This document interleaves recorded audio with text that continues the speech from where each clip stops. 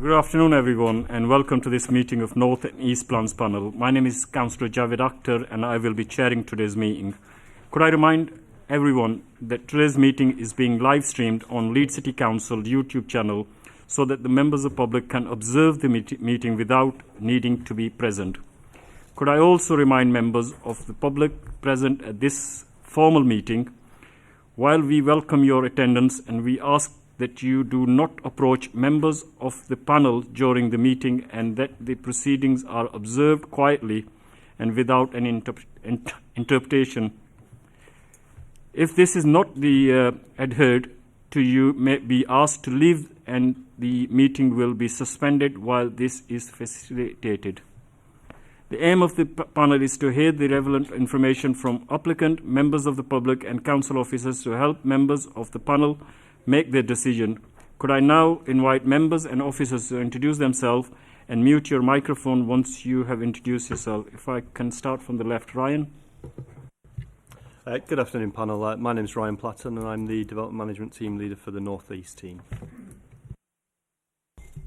Good afternoon, I'm Lisa Brannan, Highways. Afternoon, Councillor Nicole Lloyd from Temple Newton Ward. Good afternoon, I'm Councillor David Jenkins from Killingbeck and Seacroft Ward.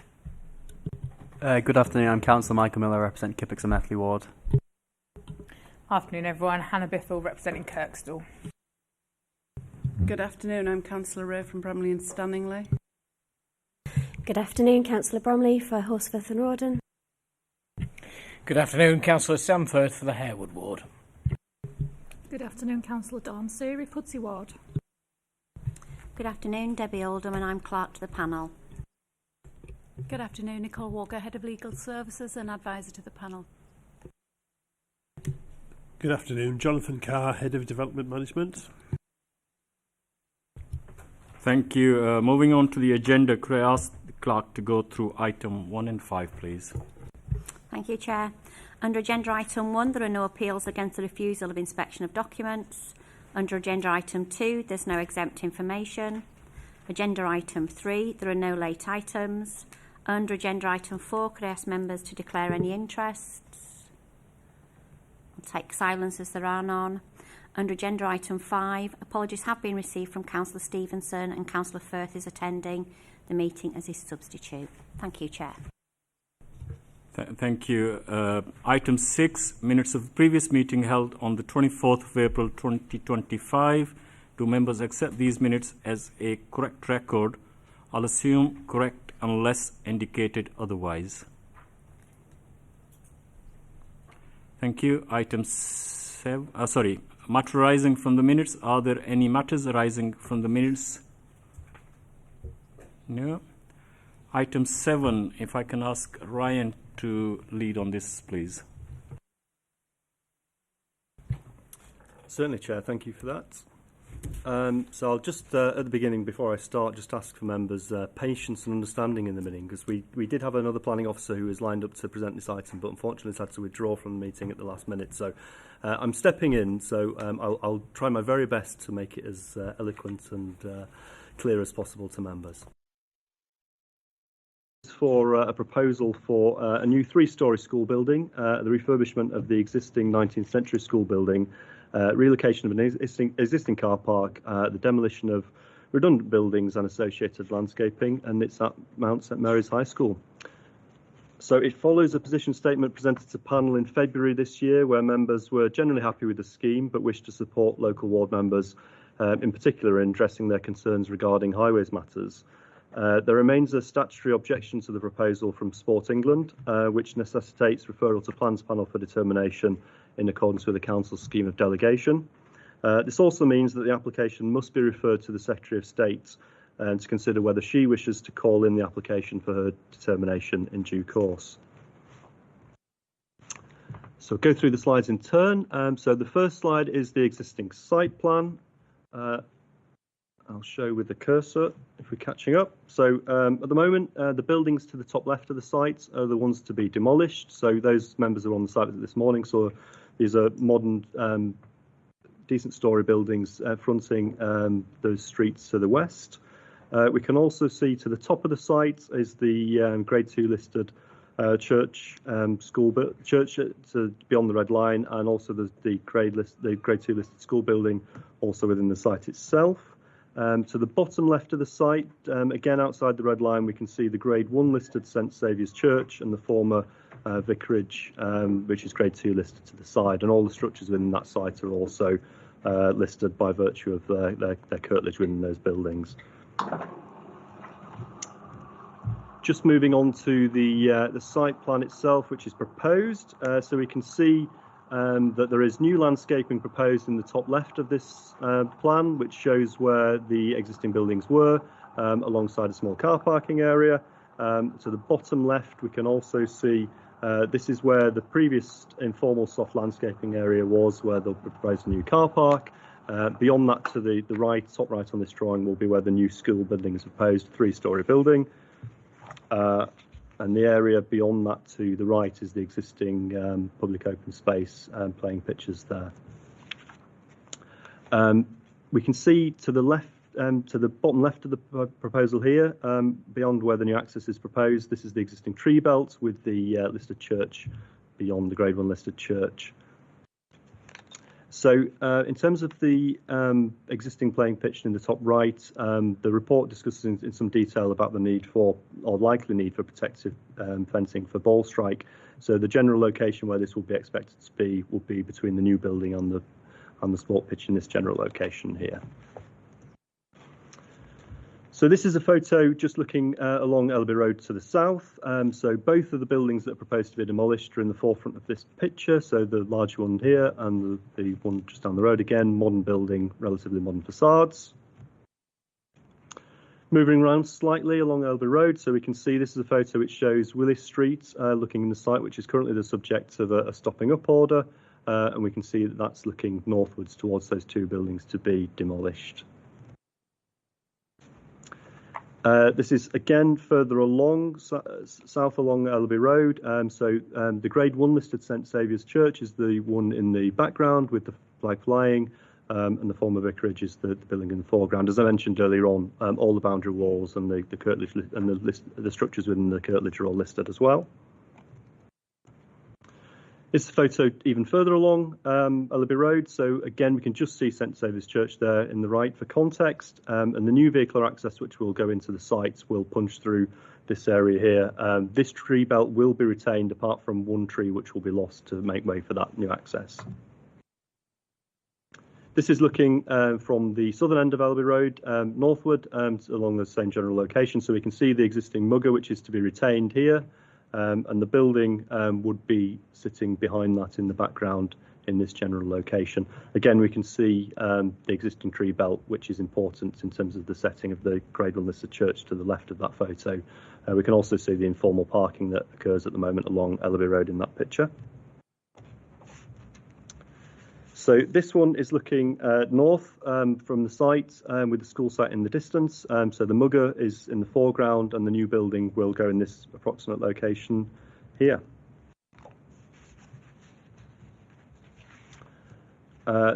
This is a quite detailed technical drawing, but just to go through with members just some of the highway works that are proposed. So it shows the off-site highway works that have been provided in response to particularly ward members' concerns, also comments offered by Plans Panel at the previous position statement stage in February. So the orange hatching to the top of the photo is the stopping up of Willis Street.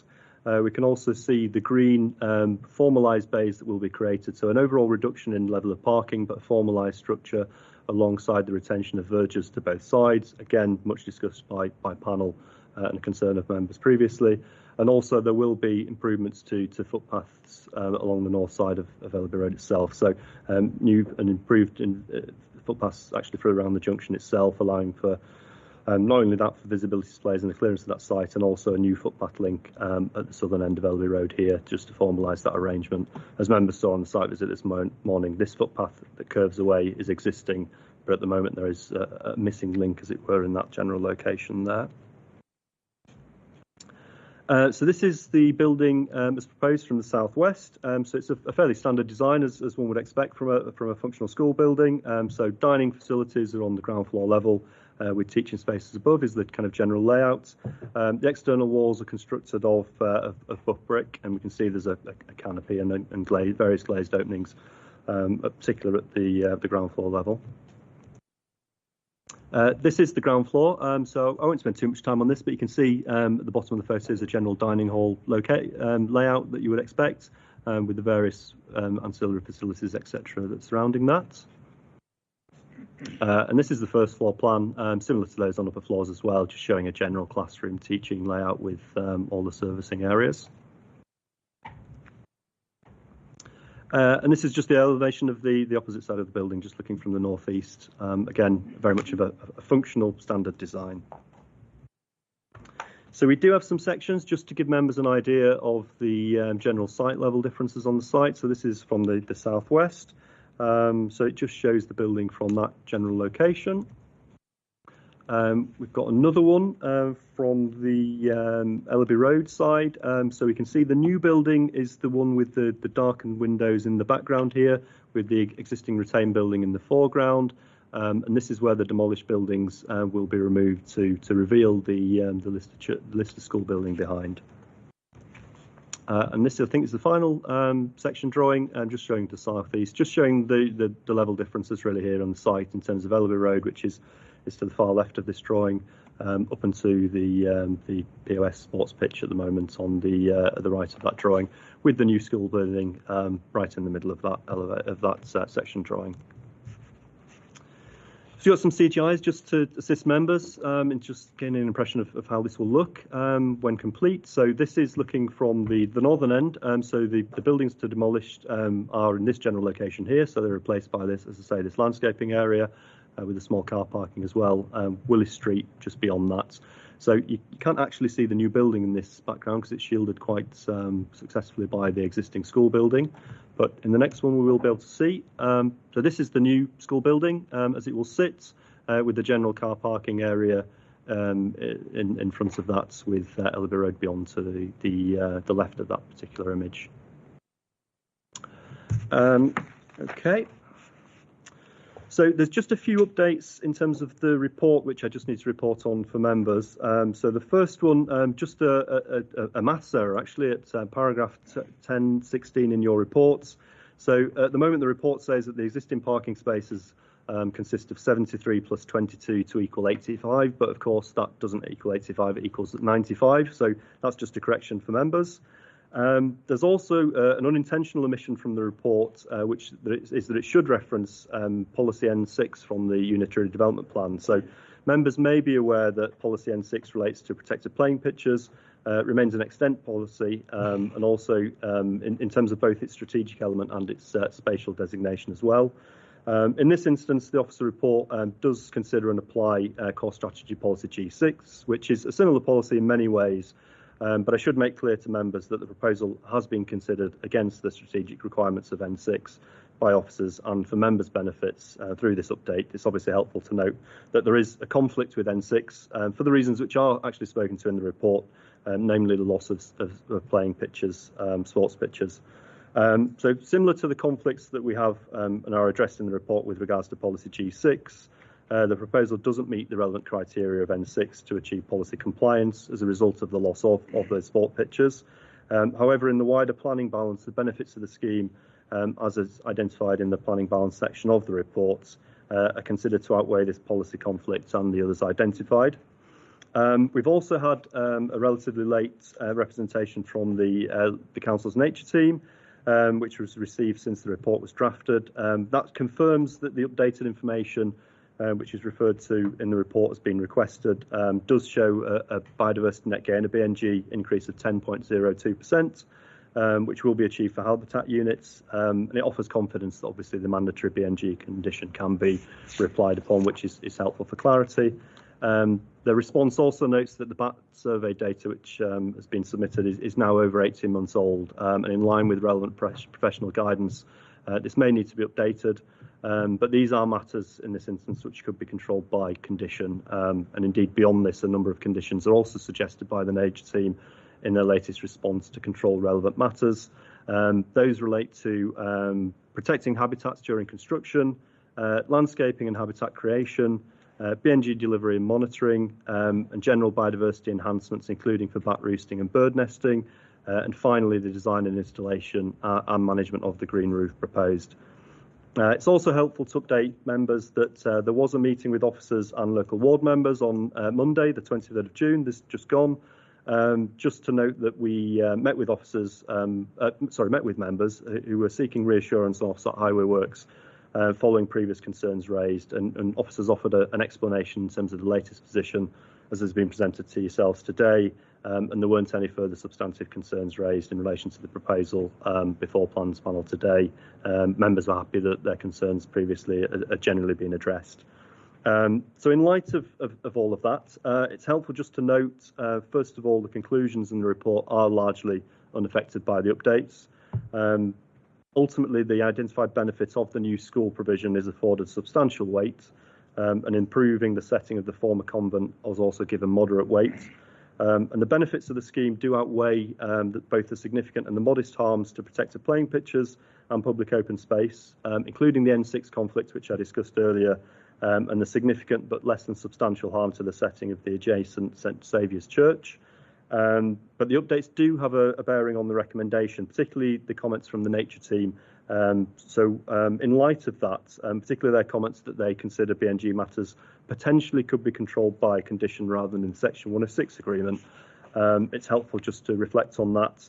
It's also helpful to note, as the report suggests as well, that if a TRO contribution were required, as the report suggests is likely, this would also need to be picked up in a Section 106 agreement. So for these purposes, we'd recommend that the officer recommendation is revised slightly to the effect of defer and delegate approval of the application subject to the completion of a Section 106 agreement to secure relevant matters, which, as I noted, are likely securing biodiversity net gain, the travel plan monitoring and TRO provision.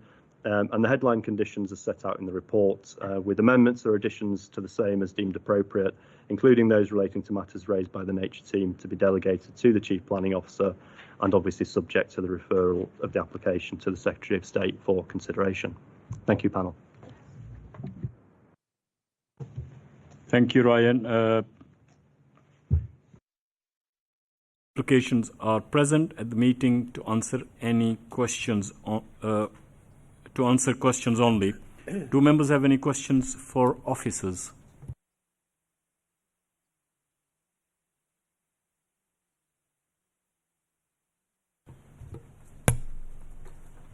Councillor Jenkins? Yeah, it's not directly on the actual application, but 2 or 3 years ago we passed an application regarding the church, and it does seem as if nothing much has happened. So can you update us on? Can I?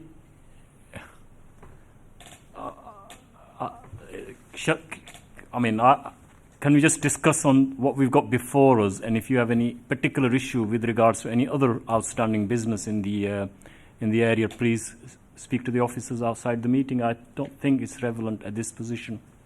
Yeah? And legal agree with me as well. Any other question? Councillor Firth? I just wondered if we'd had any further, given the major objections from Sport England. Appreciate it is in relation to the fact losing a pitch and then we are regaining a pitch.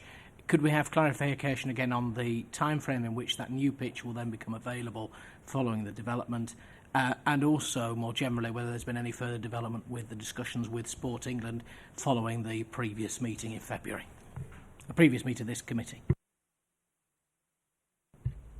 Yes, certainly, Councillor. Just to confirm, the pitch that would be being lost, it's labelled on this particular drawing. Yeah, it's not really, but it's soft in form. It was once upon a time used as a pitch and could still be utilised for that purpose. The pitch itself won't be replaced in terms of there won't be a replacement playing pitch revision. The replacement that will come forward in terms of general landscaping will be to replace the lost buildings, essentially.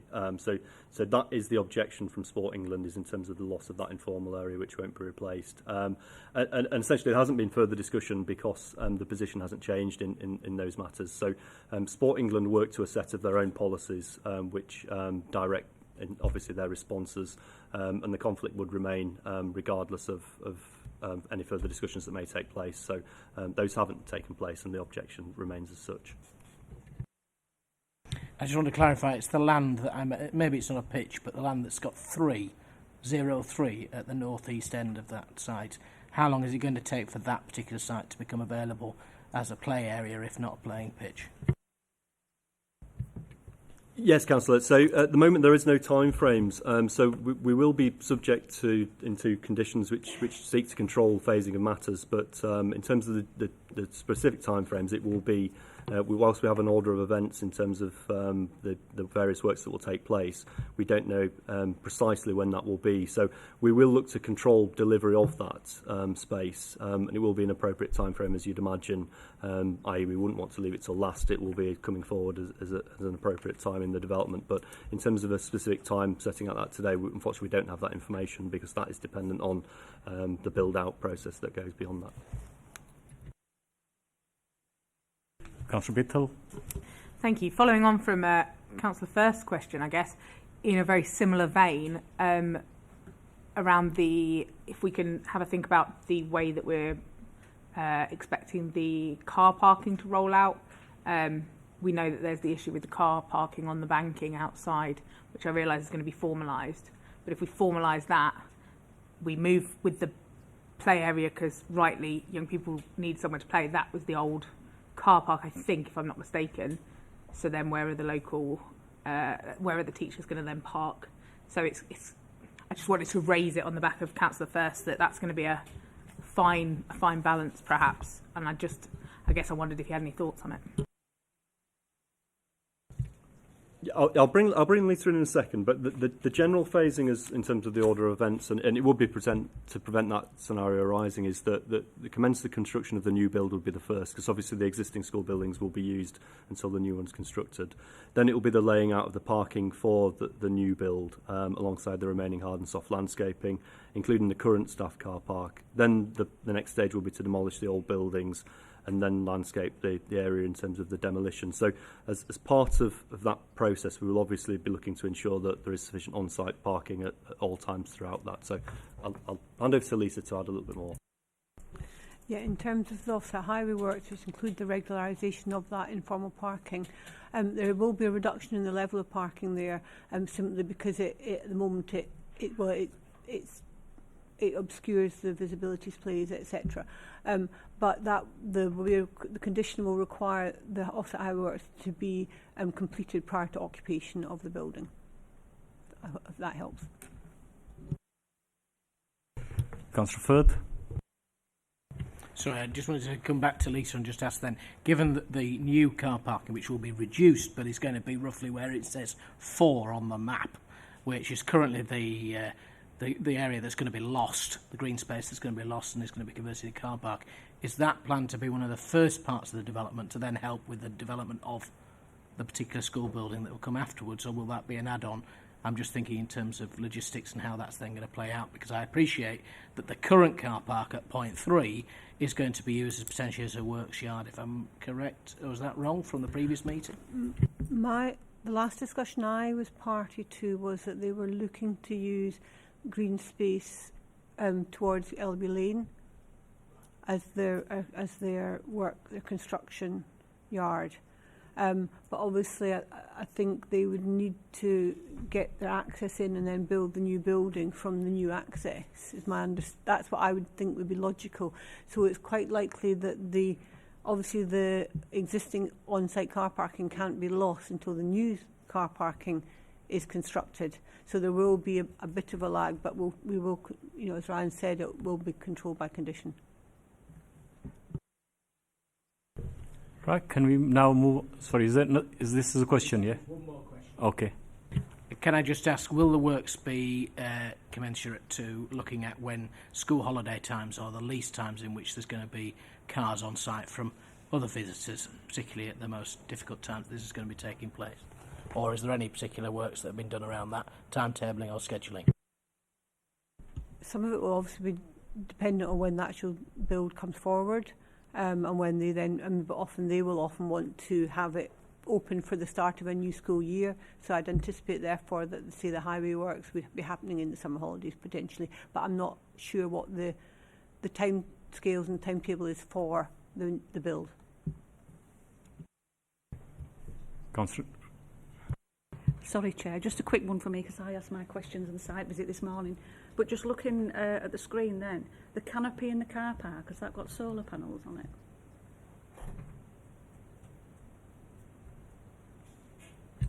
I'll just bring that image up.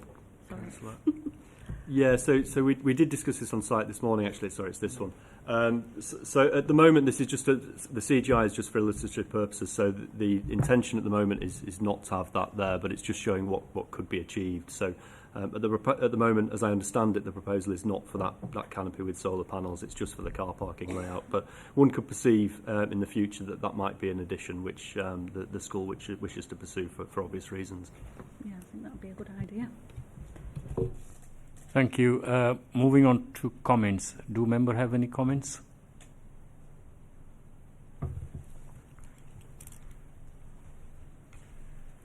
Now, sorry. So it's going on about solar panels. So it's a flat roof building. So it seems a bit sad, really, that the opportunity to not have solar panels and maybe get SALEX funding might be an opportunity lost. Right, thank you. Moving on, there weren't any comments, so unless Ryan, do you want to sum up, or we can go straight into the vote?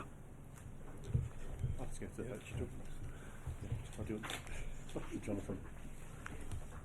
We've got David on the right and we've got David on the left, so... Yeah, I think I'm playing at being David for this particular item, given that Ryan's presented it. So, but probably not a great deal to say. Obviously, members had questions around the timing of development in terms of the provision of play area and around the provision of parking and also subsequently the highway arrangements as well and the timing of that.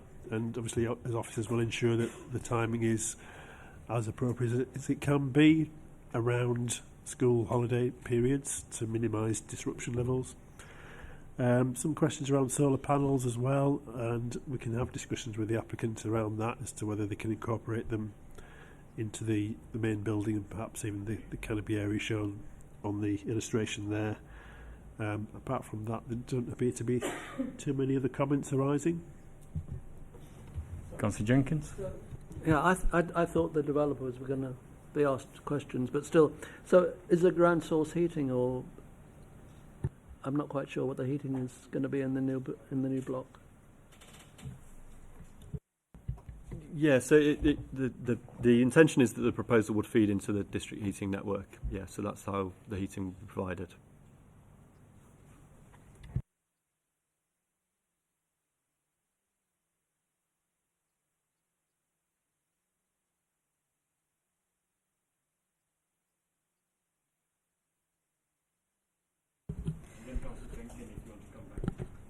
Sorry, yeah, I was also going to have questions to the applicants. Is it acceptable for us to have questions to them, or do we... We did give you the opportunity after the presentation, so can we still... Yeah, please. Do you want to come at the top table if possible, please?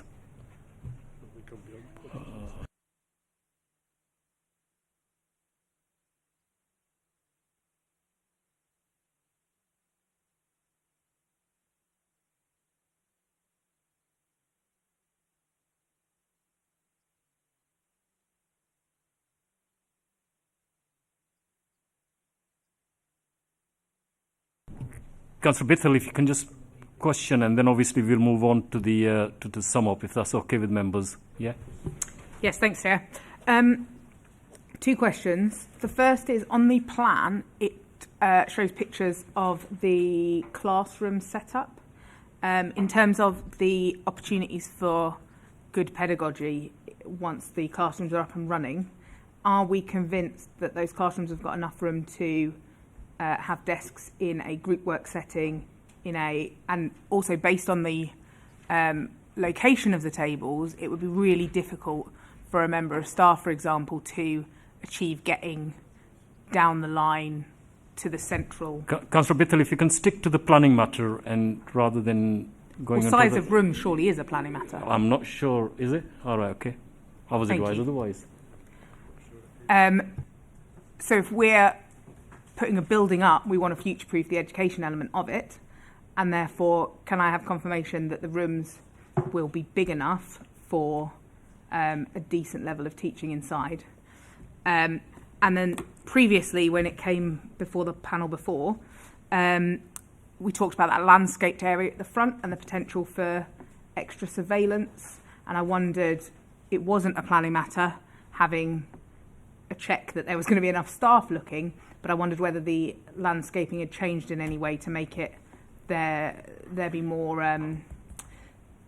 sort of benign surveillance going on of young people. Could everybody hear us? Good afternoon, members. So my name is Arthur Malakampal, and I'm here with my colleague Bradley Ridyard on behalf of ADAS Planning and the client. We're here to answer some questions on behalf of the development, so thank you for your time.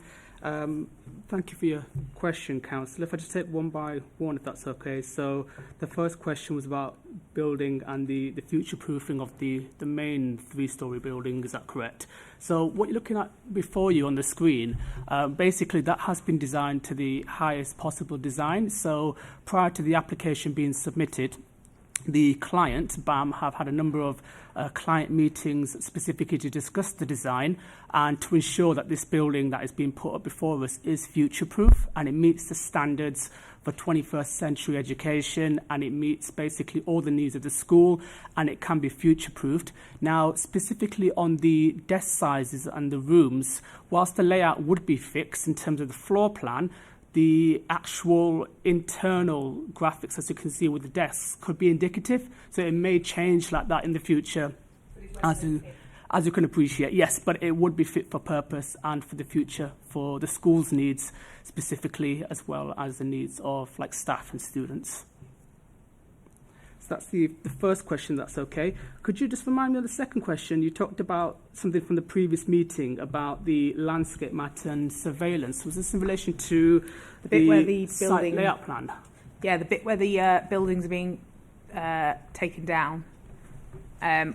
Talked about the fact that there's a lot of landscaping going on there, and bullying incidents happen where people aren't able to see the young people all the time, or there's a perception that they can't be seen.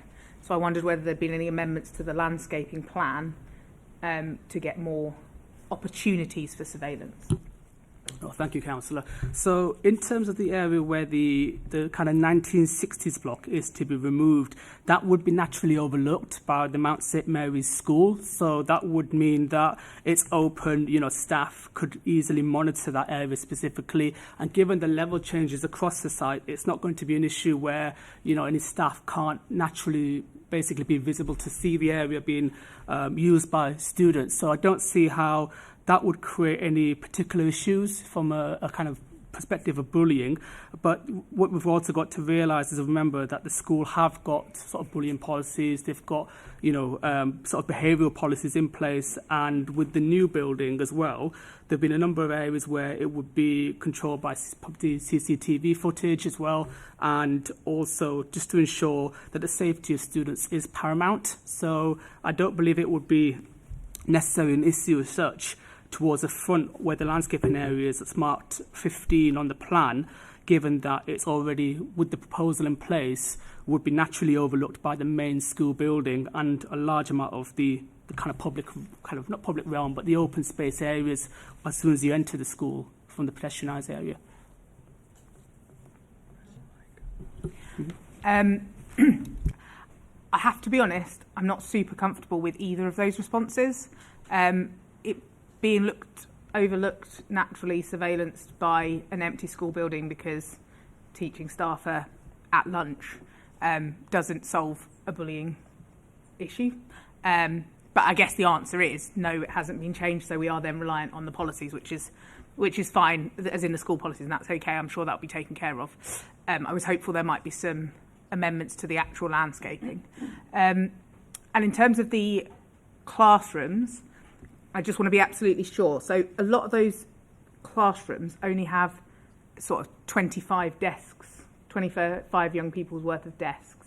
Most classes have 30 kids in it. So am I correct that the images used, the desks aren't to scale, they're just put in there so that we can see it's a classroom?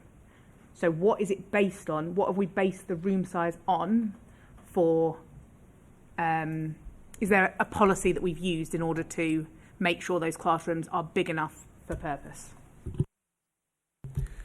Thank you, Councillor. So, like I said a bit earlier, in terms of the graphics, those are indicative of the actual desks and how those classrooms would be used in the event that that building is fully constructed.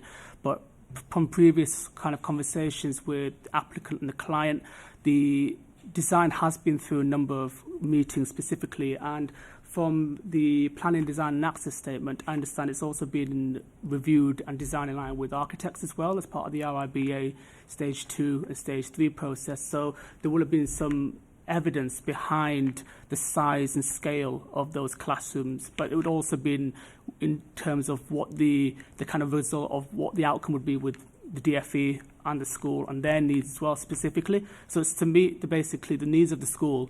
But in terms of if we look at the overall holistic approach of the design, it's done purposefully to ensure that the buildings that are retained on site, such as the building to the front on Ellaby Road, as well as Mount St Mary's School towards the back, which is the listed building, it can safely accommodate all the students and staff needed as part of the existing school arrangements and continue to be future-proof to support the needs of the school as well. Thank you, gentlemen. Councillor Jennings, is it to the officers or?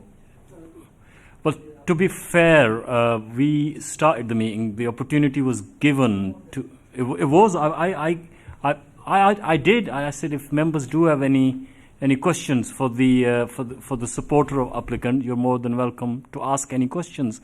Councillor Jennings. Yeah, so I'm a bit taken aback, really, because, okay, so I'll ask a question then and we'll see how far we get. So page 17, the access officer, because I think we're quite concerned about equalities issues.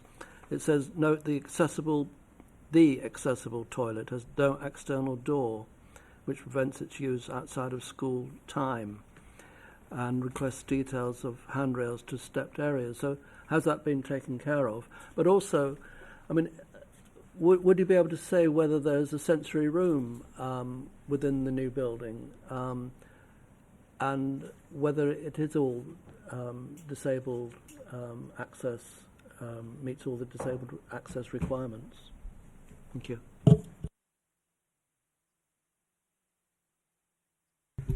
Thank you, Councillor. So just in response to your first question, so the handrail matter has been addressed as part of the new design and layout. In terms of the overall accessibility for the school, so you've got to appreciate, as we stand at the moment, Mount St Mary's is a listed building.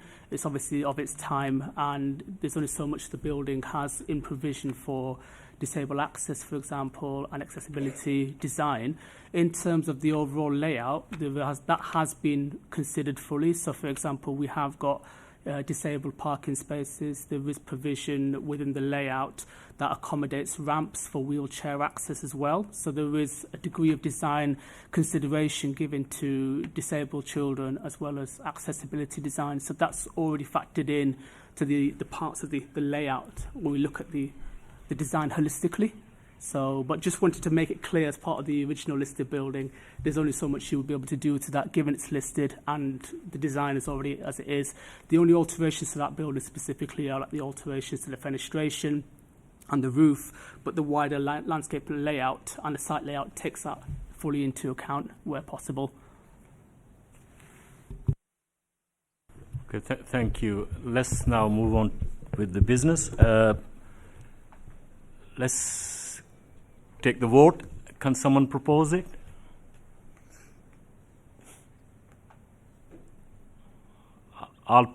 Thank you. And anyone to second it? Thank you. All in favour? Anyone against? Any abstentions? And I look at the clerk to announce the votes, please. I think that was unanimous, Chair. Thank you. Right. I'm looking around for Andrew.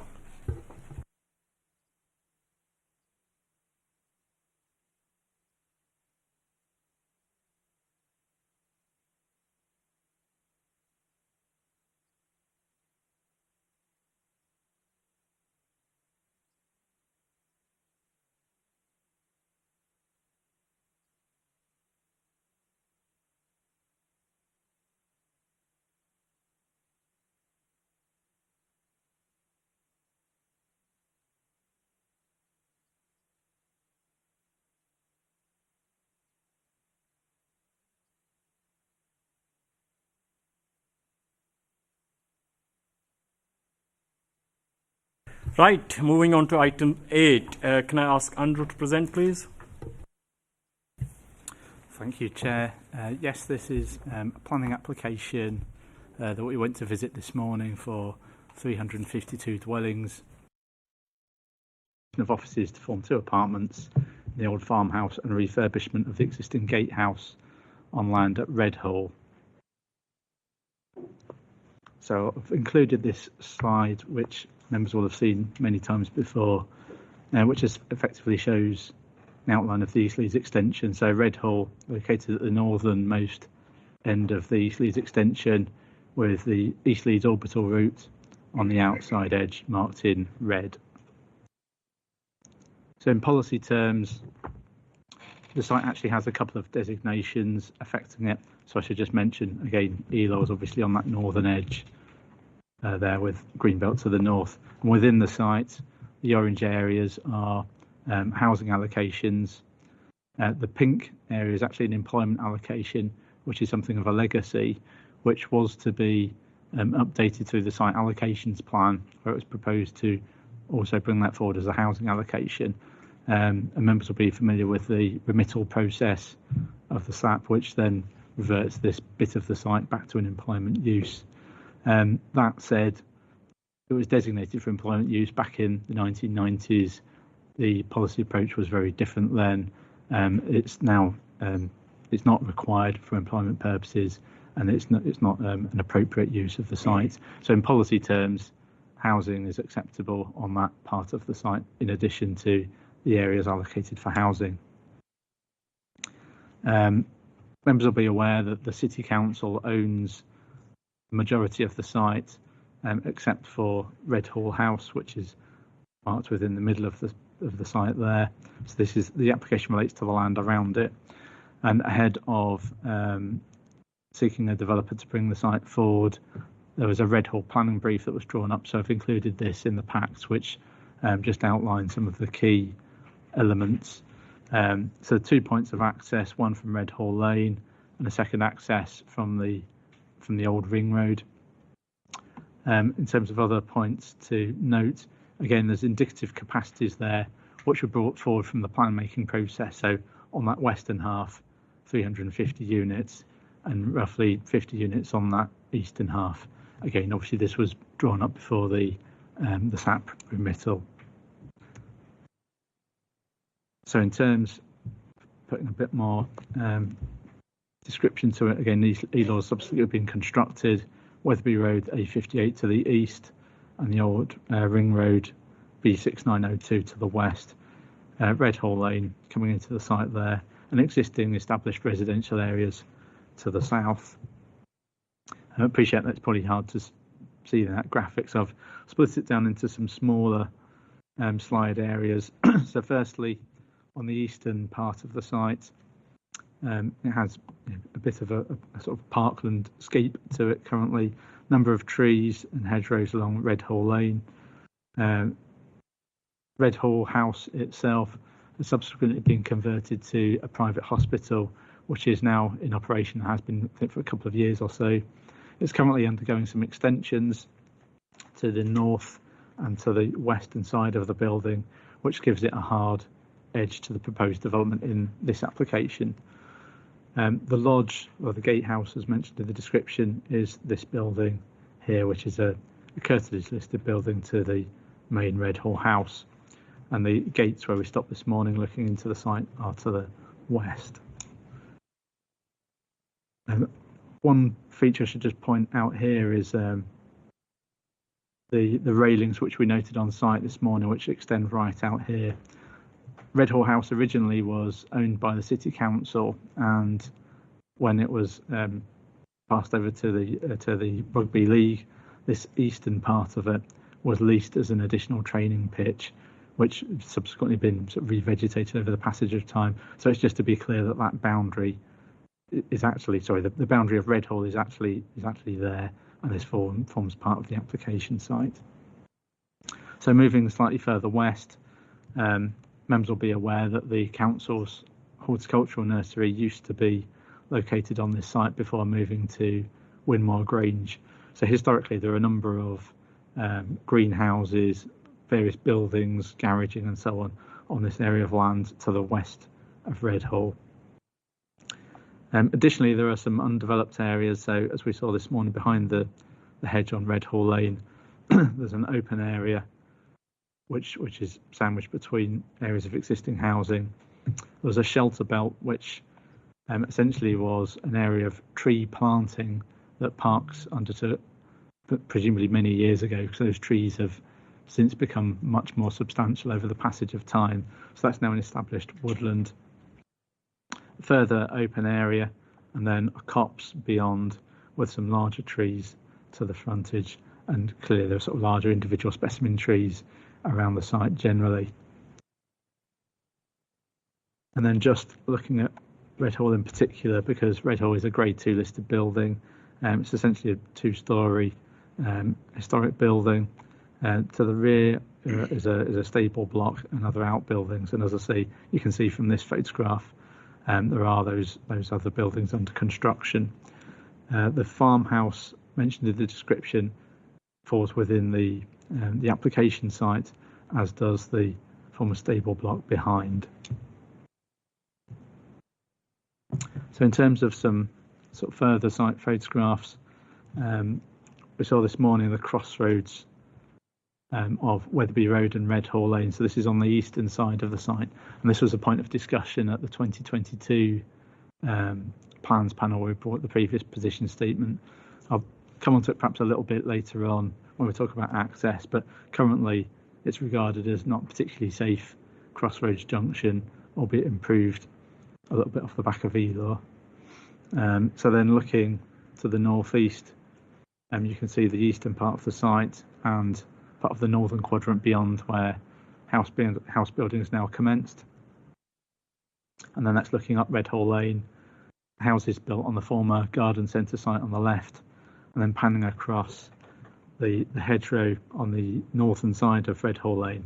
Members might recall from the position statement previously, one of the asks was to retain that hedge rather than widen Redhall Lane. And again, I'll touch on that a bit later on when we look at layouts.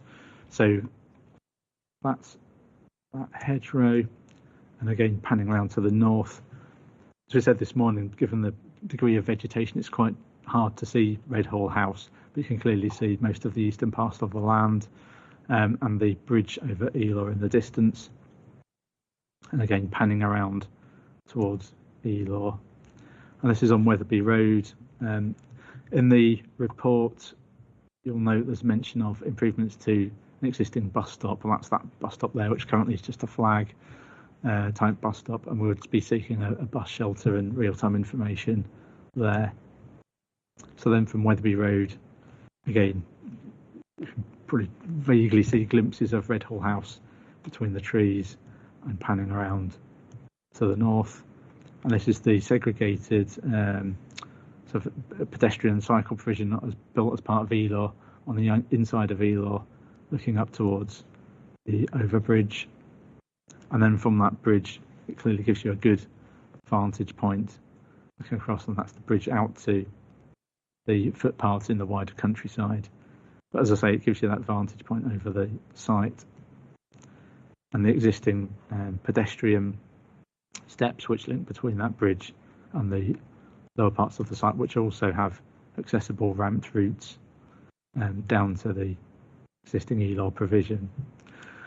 So this is at the back of some of the trees on that northern edge, and you can just about see some machinery there. That's in association with the works being carried out at the private hospital currently, looking across the fence line there. And again, clearly all of the former glass houses and associated buildings have been cleared. The site was subsequently used as the compound for the Elor construction area, which again has also been cleared. So there's large areas of hard standing and remnants of former development there. Next, sort of looking further along Elor, we get to the Pigeon Cote, which is Grade 2 listed, which again we passed on the site visit this morning. So that's the rear view, which faces Elor, and that's the front of it with the openings. And that's again a point I'll come on to in the discussion later on. and then again a view of the back end of Redhall House, just panning across there, and then some existing trees. So this is then looking towards the Elo roundabout, and there's a number of trees on that turn there which we're seeking to retain, but some trees do need to be lost. This is in particular the woodland which faces the sort of western part of the site, where the access would come in from the old ring road. So that would come in roughly through here. So in this slide it's slightly difficult to tell because of the colours, but there are some large trees in the foreground and along the frontage, and actually a much sort of denser thicket of woodland group beyond, which is the copse referred to in the report. And again, I'll touch on that again later. And then lastly, closer quarters, you start to see a bit of Redhall between the trees in that part of the site, and the gatehouse where we stood this morning, and that's at the access to the private hospital. It's just views of that. It's a very small building, has been used as a house in the past, albeit modestly sized. And again, the access to the hospital.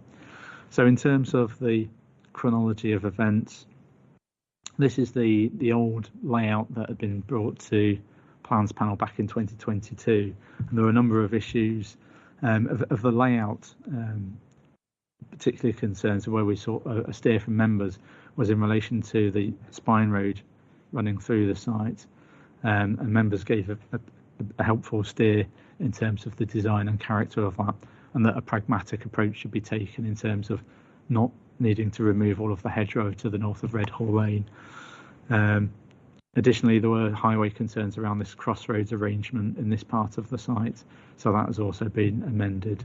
So if I sort of move on to the layout as proposed, that has resulted in a loss of some units, I think from 360 units on that old layout down to 352 in the current layout before members.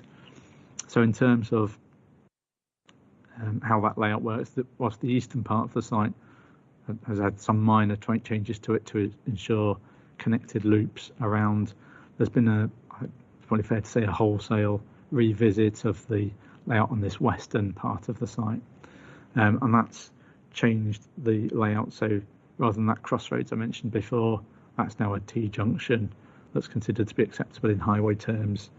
The spine road now has cycleway and footway provision, which is separate from the carriageway, and also has tree-lined verges along its length. I mentioned the retention of the hedgerow before. We've now got pedestrian cycle provision, which routes through the site on the inside, on the site side of the hedge, essentially. So there's no need for any hedge loss, and that will then connect into the provision of a signalised junction at the crossroads of Wetherby Road and Redhall Lane. So if I maybe just move on to that. So at the western edge, so north is to the left on this particular plan. So this is the proposed access in from the old ring road. As I mentioned in the report, the access has changed very slightly. That's to avoid Yorkshire water infrastructure and also to ensure the optimum visibility in highway terms. So that's where the access will come in from the ring road with a right turn lane. At the eastern end of the site, this is where there was actually quite a bit of discussion at the previous plans panel in 2022. And part of the context is on the back of the Northern Quadrant permission. There was a requirement to close the eastern arm of Redhall Lane, which has been sort of fairly controversial. There were mixed views, it's fair to say, in terms of whether that was helpful or not. And we were tasked with seeing what this scheme could do to maybe assist with that. Clearly, the scheme in itself needs to deal with its own highway impact. So obviously Redhall has come down the line some years later after Northern Quadrant. And so the solution to make Redhall acceptable is to signalise this junction with an all moves crossroads set up in this provision. So that arm just coming in there, that's that pedestrian and cycle facility coming in through the green space. So that connects up with the relevant toucan crossings, which would run around this crossroads. So whilst on northern quadrant, the condition to close that eastern arm still stands, if this scheme came forward, it does at least present an opportunity where that could be revisited on a sort of without prejudice basis at this stage. So that's the provision there for that crossroads. So in terms of the wider development of the site, the eastern part of the site is a lower density area referred to as the pastures. So that also includes this cul-de-sac created between the existing dwellings and the retained woodland. There's then an area around the former farmhouse and stable block, which is the stables, and then a character area beyond, which is a slightly denser fabric, which is referred to as the gardens. And in terms of materials, it's a mixture of red and buff brick. In terms of roofscape, what we've sought to achieve throughout the East Leeds extension so far is ensuring a consistency of having grey roof tiles. What we want to avoid is often the criticism of new development is it appears very toy town, so it's having a mixture of what starts off as grey and very bright terracotta roofs, and when they're often sort of a bit of a mismatch, it can appear sort of jarring in the landscape. So the developer is agreeable to that, and we'll be looking for grey roof tiles throughout. So before I move on to that slide, one of the particular questions in the report relates to this building, which is to be developed specifically for accessible housing, and that's the wheelchair accessible requirement in the as a result of the scheme. Now that building is sited to the south of Red Hall, and it's a mixture of 1 and 2 bed flats. So there are 3 1-bed flats and 9 2-bed flats. That's just one of the floor plans. So currently it's designed as a 3-storey building with ashlar stone to the ground floor and red brick to the upper 2 floors. Previously, it had large amounts of render on each side of these wings and down the side of the building. And as sort of outlined in the report, one of the things we've tried to achieve through discussion with conservation officers is to make that building acceptable by pulling it away as far as possible from Red Hall House so that it doesn't compete with the listed building, and also to try and reduce the height of the roof.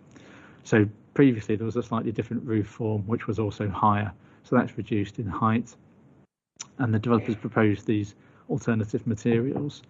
I've outlined in the report that there was a further consultation response pending, so we've had some further comments which are essentially on the lines of in principle this is okay, but we just need a discussion around materials.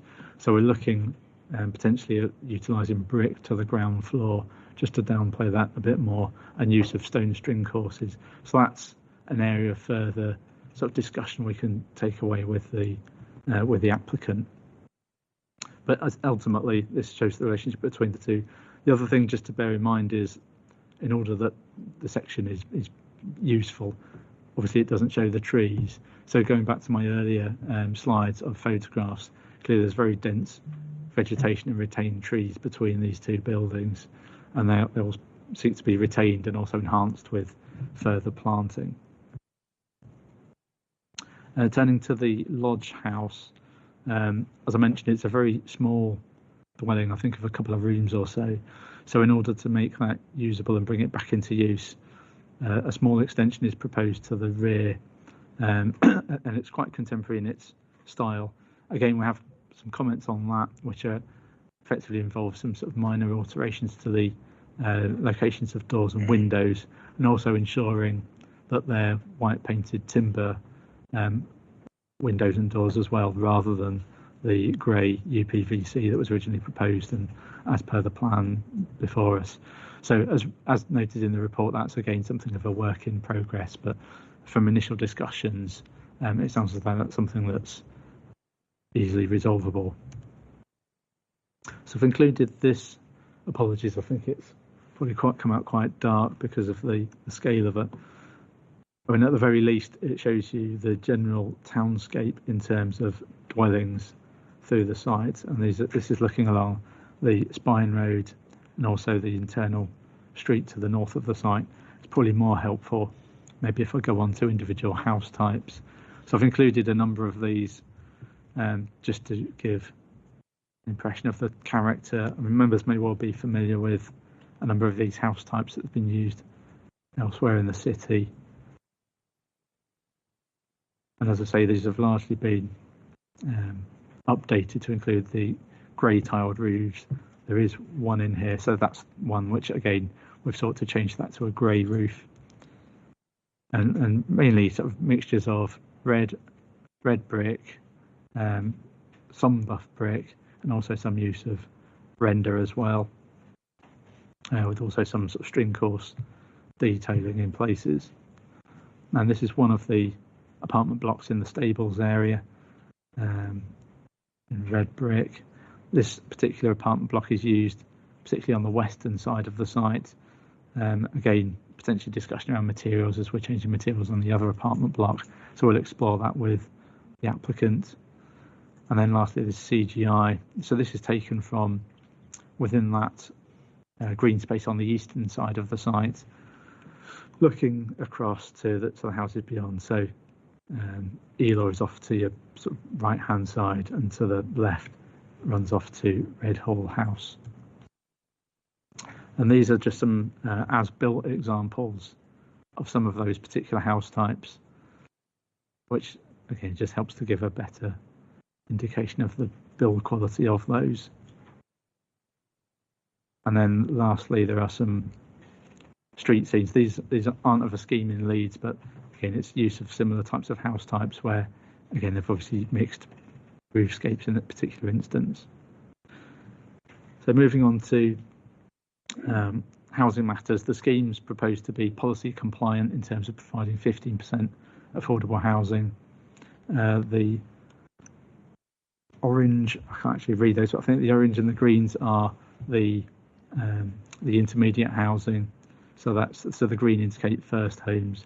The blue are the social rent properties.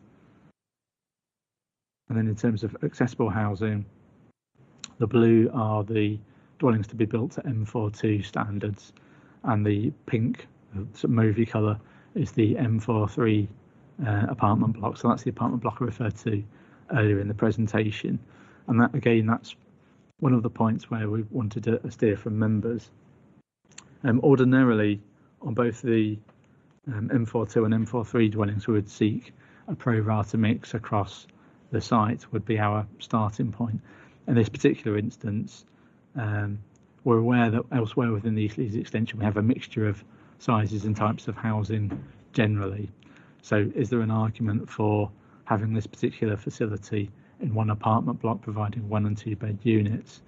The applicant's argument that's set out in the report is that as affordable housing and as units within that block, it gives the registered provider the ability to ensure that the flats go to the people who need them, rather than somebody who would just benefits from a slightly larger dwelling in the usual sense. The other thing that's relevant to that is, in terms of policy, there would ordinarily be a requirement for 7 M43 units, and there are 12 units provided within the scheme in this instance within that block. And elsewhere of the blue M42 units, there are 106 M42 units, which is in accordance with policy. So members' views on is that the right approach would be helpful. So lastly, just coming on to the landscape plan. So this picks up a number of matters. Going back some time, there was a lot of discussion at the time the Red Hall planning brief was being drawn up, discussion with ward members at that time in terms of what they would want to see out of the site, and that was particularly the retention of as much green space as possible on this eastern area, which, as we saw this morning, it has, as I say, a park-like feel to it, and it's certainly regarded as such by many of the existing local residents. So the ask was for an area, I think, equivalent to 2 playing pitches, but in this particular format. So there's a buffer to Redhall as listed building. There's a buffer to Redhall Lane, so it keeps the dwellings away from existing residential areas, and also a buffer to Wetherby Road, and that area should form a strong part of a green space setting. So that's achieved in the proposed layout. I mentioned before the pedestrian cycle routes through that particular space. There's also provision to take routes that are away from Wetherby Road within the green space in the site and connect up to the ELA provision at the northeastern corner. We've also secured a number of other accessible links through to those pedestrian and cycle facilities. So there was 3 of those in total along the top there, in addition to that existing pedestrian provision that I pointed out in the photographs. So the area in front of Redhall House is retained essentially as a large grassed area, which is considered appropriate to the setting of Redhall, rather than something that appears more park-like with play equipment and so on. So it's effectively a large informal kickabout area is its potential use. That said, there is a local area of play proposed to the north of that, and existing sort of rights of way are facilitated through this part of the site. There's also a community orchard, wildflower meadow, and picnic areas which are to be provided for within that space. To the south, there's an existing woodland, which, as mentioned, was originally planted by Parks and Countryside many years ago. That's regarded as a Category B woodland in the arboricultural impact assessment, so desirable to retain that.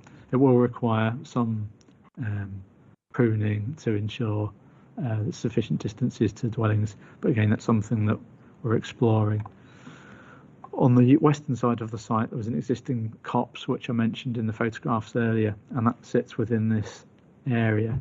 Unfortunately, because of the access into the site, and there's a necessary access through there because of the site of development, that inevitably impacts on that woodland. Additionally, we need to drain the site. It's an allocated housing site, and the infrastructure is required in order to make that deliverable. So in terms of this particular scheme, that's dealt with through 2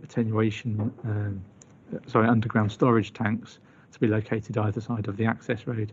And again, unfortunately, that does impact on some existing trees.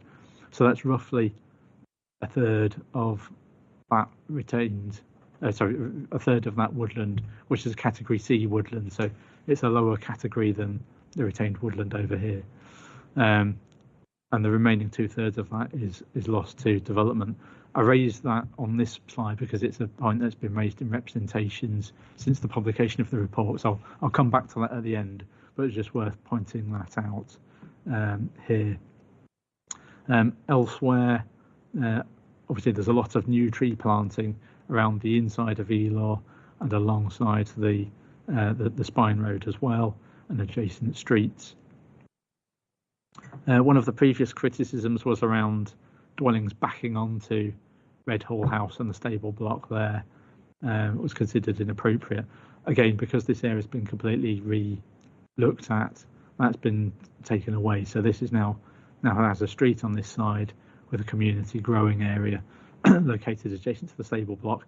Because this the hospital buildings have been developed, there's now quite a hard edge there. So there's a solid brick wall which forms that boundary. So I think the proposed layout in that regard is now considered to be much better. Overall, in terms of green space provision, it's worth just noting that in terms of policy compliance, 1.6 hectares would usually be required, and in this case 6.6 hectares are actually provided on. So a kilometre long fitness trail around the outside edge of the development. briefly, the site is split sort of 1/3, 2/3.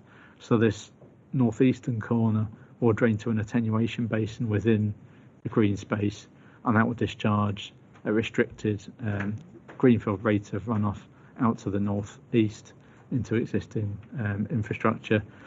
The remaining 2/3 water will be collected within these storage tanks, and again will be released at a greenfield discharge rate out to the east and south to a watercourse within the council's ownership further south.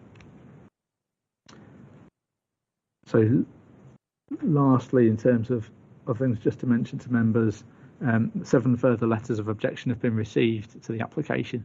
That's in part because, as noted in the report, we've formally re-advertised the application, and that's to note the very minor change to the red line boundary, the change to the access, and also the changes to the drainage strategy. So by virtue of those new site notices, we've received 7 further letters of objection, 2 from the same household, but in essence, many of them are the same issues as stated in the report, but they do include concerns around highway impact, unjustified housing on an unallocated site, loss of open space, particularly the playing fields, impact on local character, lack of infrastructure, particularly issue around amenity and human health relating to an existing resident who has a medical condition and who could be affected by particularly construction, noise and disruption from construction, ecology, loss of trees. In particular, I mentioned representations around the loss of the woodland at the western end of the site, and attendant loss of habitat. There's also some allegations of existing tree removal, although I understand from the council's asset management section that no trees have been removed unless they were for emergency purposes, but we're not aware of any trees being removed. There's also concerns around flooding and the drainage strategy generally. I think that somebody attempted to send correspondence direct to panel members, which I'm not sure any of you have received. But nonetheless, essentially they were seeking to make the point that they don't agree with the drainage strategy. It's an off-site landowner who I've responded to. Their concerns were around flood risk and lack of contact from the appropriate sections of the council. So I've responded to that email. They have since written back again. They don't agree with the advice I've given them. So we'll deal with that separately and take advice on that. So those, I think, are the main concerns that have arisen, and also allegations that the site notices weren't posted on the date stated. So in terms of just one other update in the report at paragraph 135, one of the changes over the passage of time is that the dwellings will now be overwhelmingly powered by air source heat pumps. So that does make provision for 54% improvement on building regs. So that's significantly in excess of the policy requirement, which is positive. And no photovoltaic panels are now proposed in the scheme. So that's the update there. So I think that draws the presentation to a conclusion. And obviously we welcome members' feedback on the questions raised in the report. Thank you, Chair. Thank you, Andrew. Could I invite Mr. Johnson, agent, to the table? Once you're settled, you will have 4 minutes to address the panel.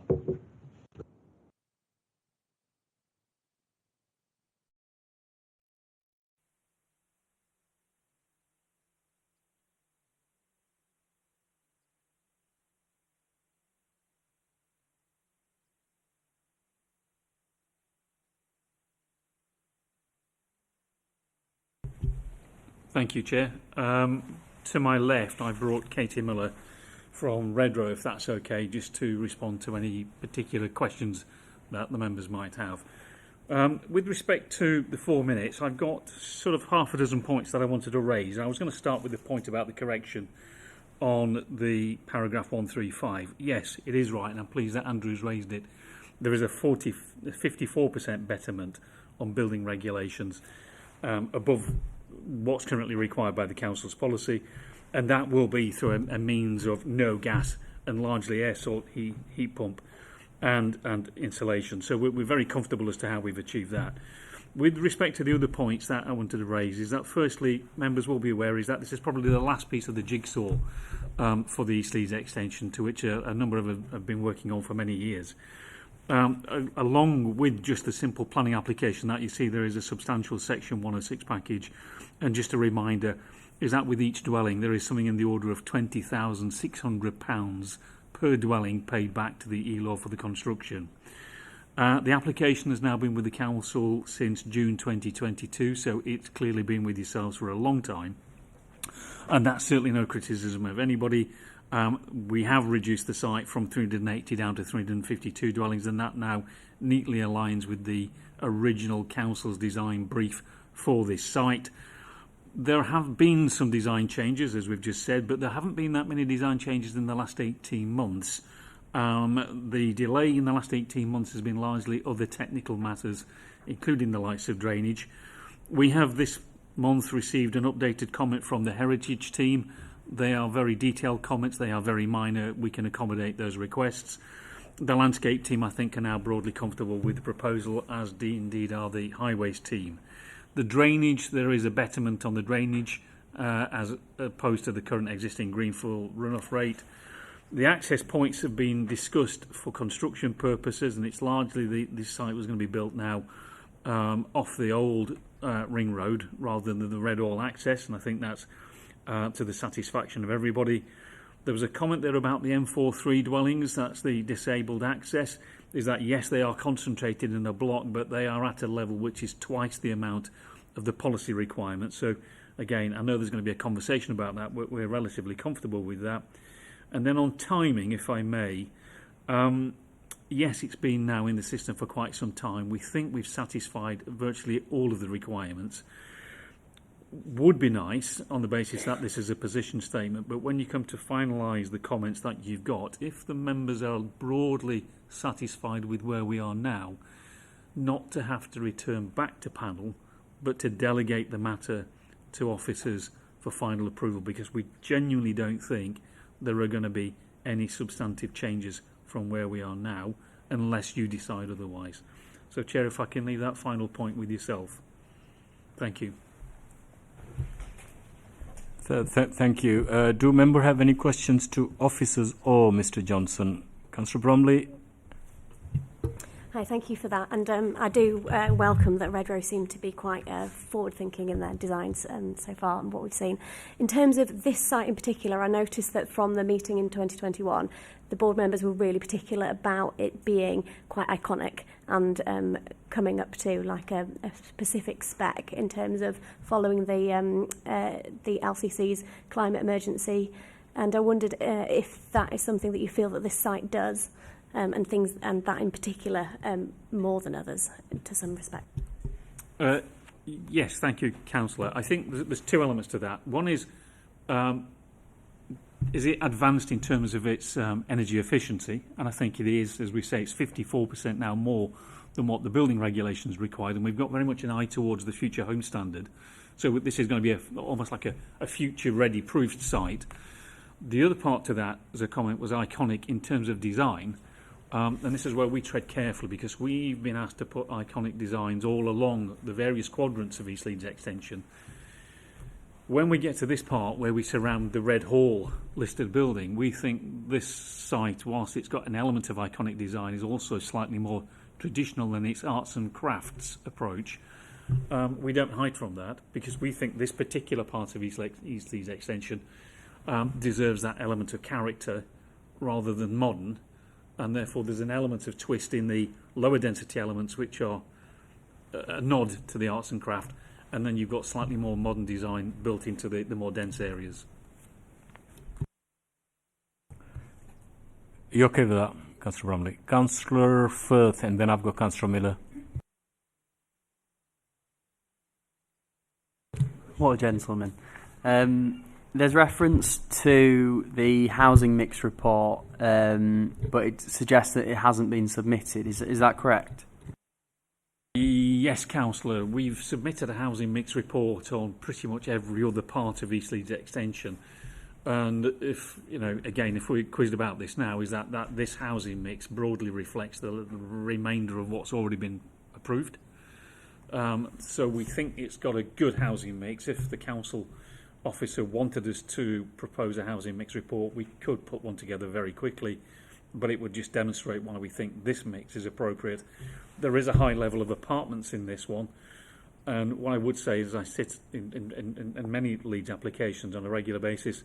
Be very careful about the percentage targets that you're seeking, because in effect currently the council has got a very large stock of 2-bed apartments in its forward, and therefore if you're looking at what the council requires as a whole for the entire market area of Leeds, whilst the target is 25%, I think the current land bank for Leeds as a whole, you've currently got something in excess of 50% of 2-bed apartments, and therefore we think that the family house mix on here is appropriate. Okay, so just for clarity, is that what explains the divergence from the pro rata mix? Yes, Councillor. Yes, it is. Yeah. Okay. Thank you, Councillor Firth. Thank you very much, and thank you for the presentation from officers and from the developers. Could I just ask, Mr. Johnson, in terms of you mentioned about heritage concerns that were raised, could you just establish what some of those are for us in a bit more detail and what you've done about them? Thank you.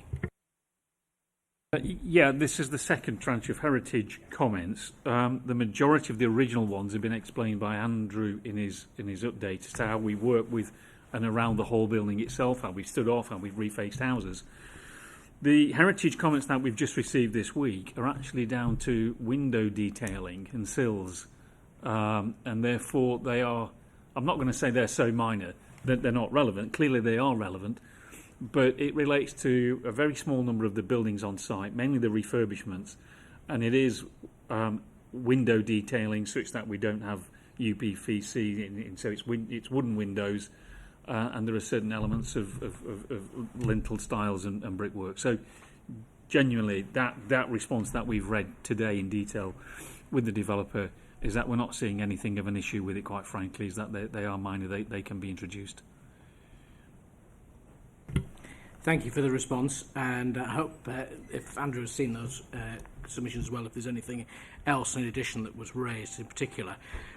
It's been consistently raised, and that's why there still is an outstanding objection from the Civic Trust and also from Heritage England in relation to the development west of the building. And although it's been mentioned that there is currently a brick wall, the fact is that the Red Hall itself can still be seen quite demonstrably being that particular area that we're talking about, where there now is supposedly a brick wall. Do you mind me asking then, both to yourselves and also to officers, then what engagement has been taking place with either the Civic Trust or Historic England in terms of understanding what they would want, and more importantly, what has been done to try and alleviate that, other than just simply removing houses from immediately around it, and ensuring that at the end of the day, with a mansion that was built in 1650 roughly, that then we can ensure that the whole building, regardless of its current use, can be preserved and conserved for the future.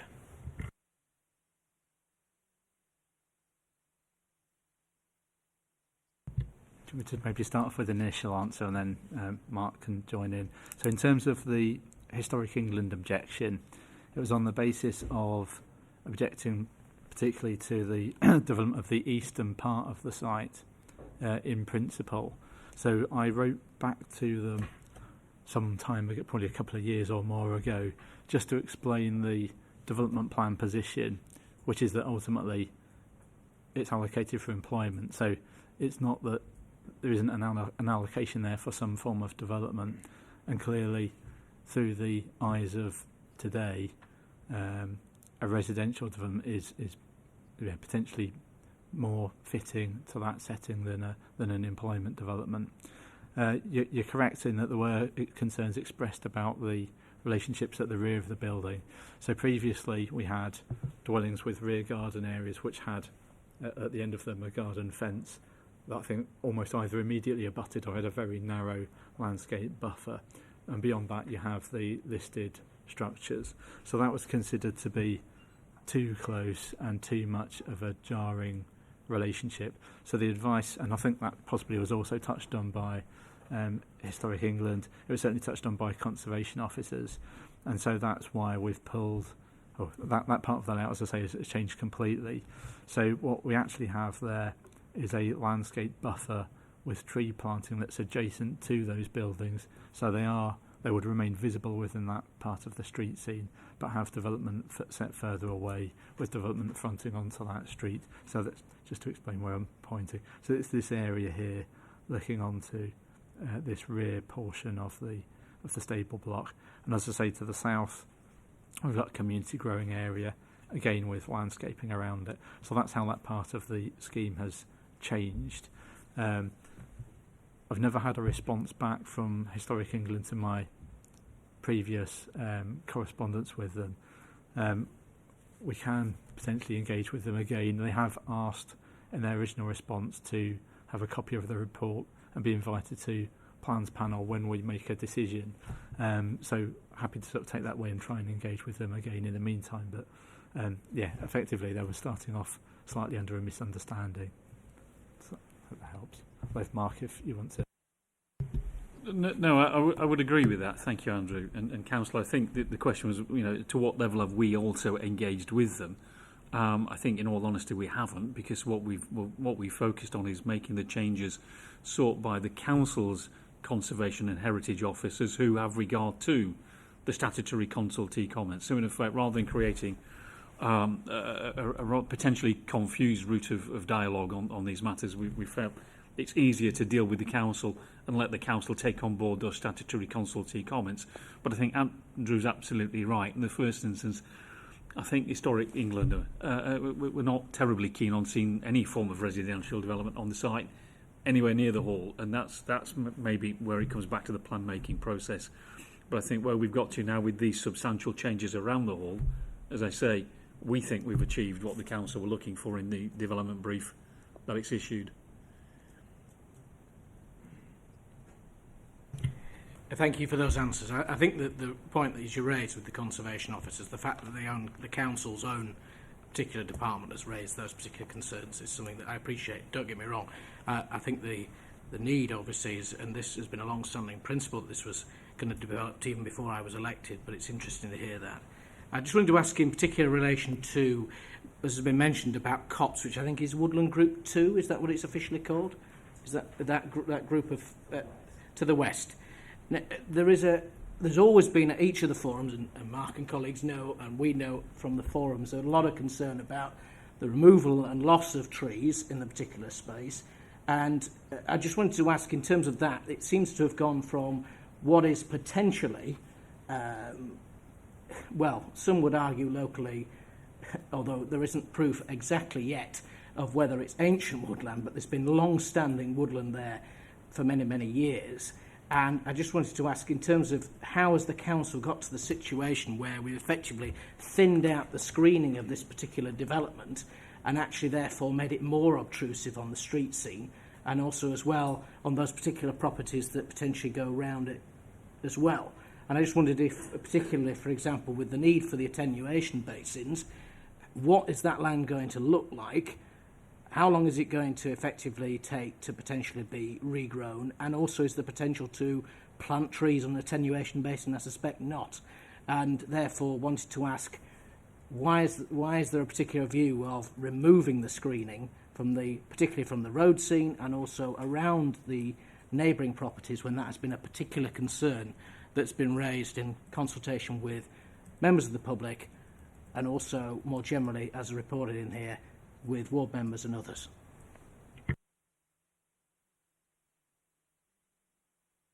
Again, shall I come forward with a response first? So in terms of a starting point, you're quite right in that we would seek to retain good quality trees wherever possible on site. So certainly in terms of just considering the woodland groups, for instance, the woodland here is a category B woodland of a plantation there where we are retaining it. On this western side, the woodland is category C, And that's not to say it doesn't have a value, because clearly it does, and it does have a biodiversity value as well. In addition to the copse, there are also a number of trees which front the old ring road, and some trees that are between the copse and the old ring road. And they're a mixture of categories. I think there's one category A tree, which is set effectively right at the very edge of where the spine road would cut through. And I think there are at least a couple of category B trees elsewhere in this frontage.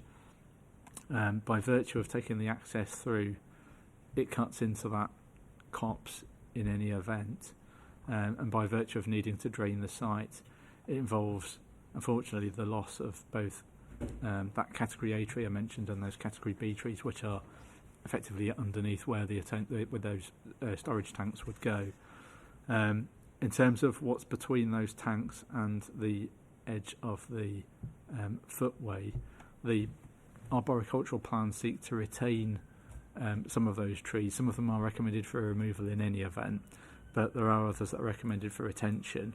We can plant trees around the storage tanks. You're quite right, it is difficult in terms of planting over them, so that's not possible. There are restrictions on the types of species. So in terms of the finish of those areas above the storage tanks, usually there would be level grassed areas, but that's not to say that it's impossible not to do something interesting in landscape terms.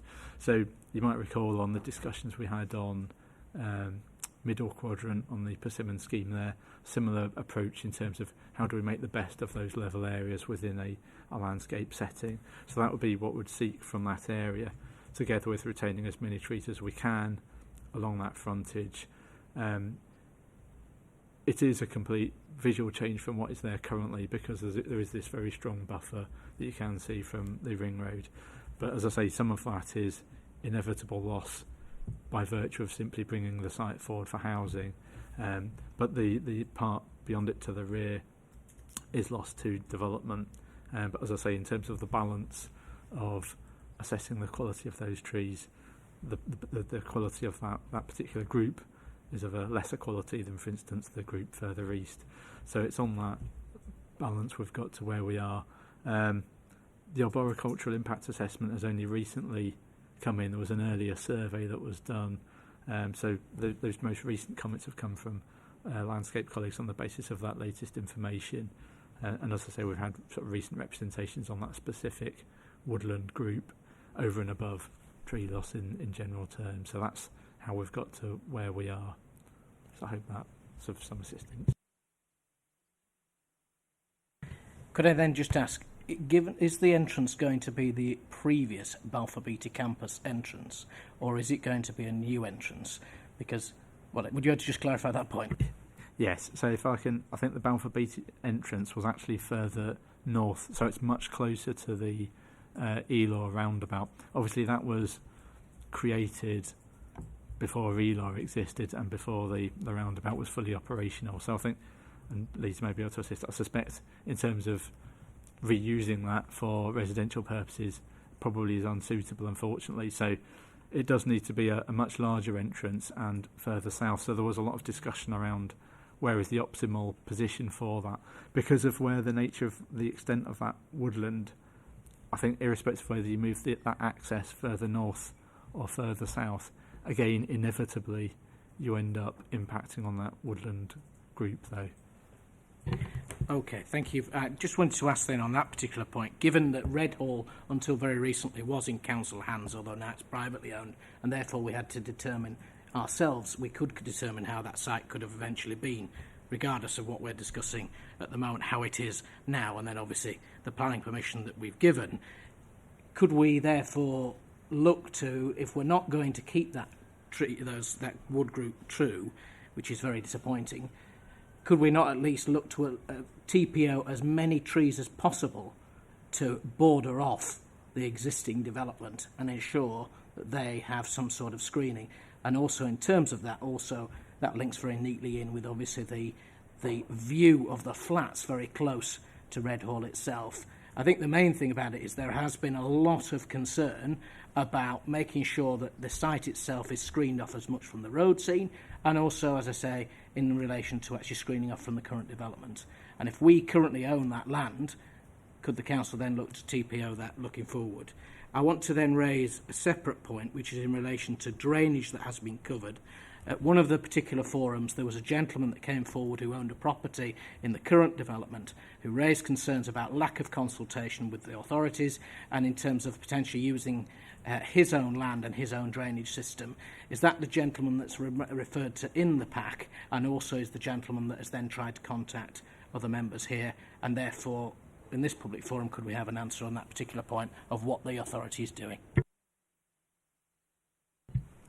Okay, so as I understand it, generally the council doesn't put tree preservation orders on trees on its own land, has been the general practice historically.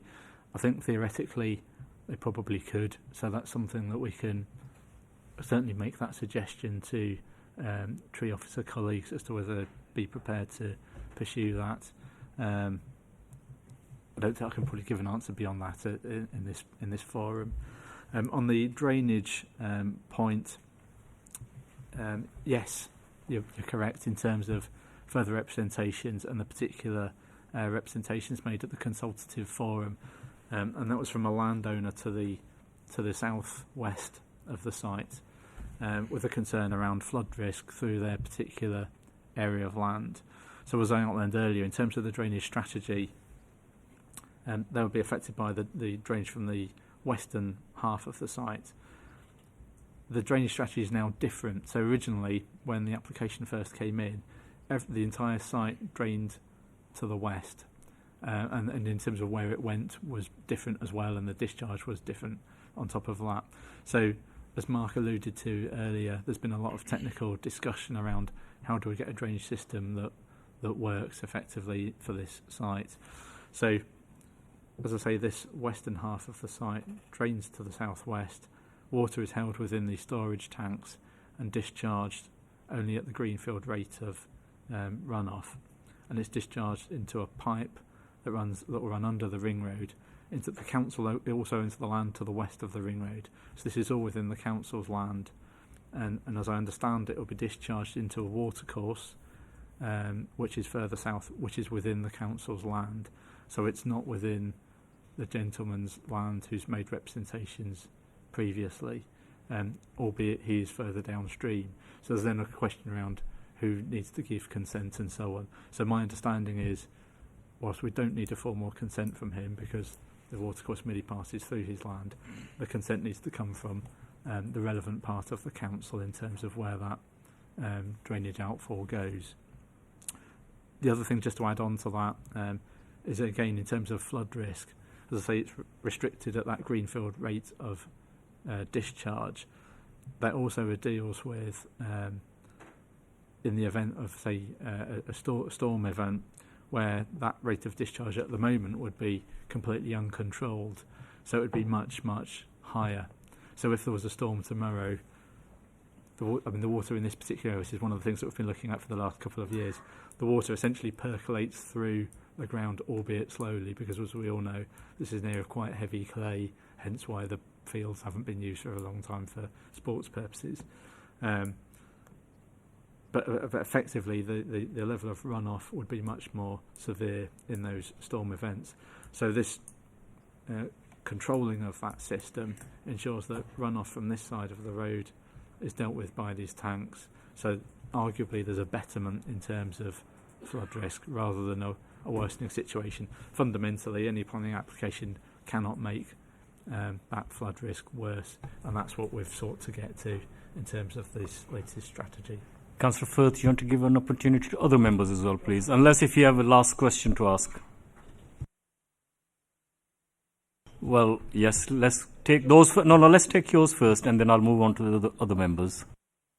Thank you, and thank you for confirming about looking at exploring TPOs, because I think if we're not, I would like to preserve as much as possible that woodland and that frontage but also I think that we need to save as many as possible to particularly protect those properties.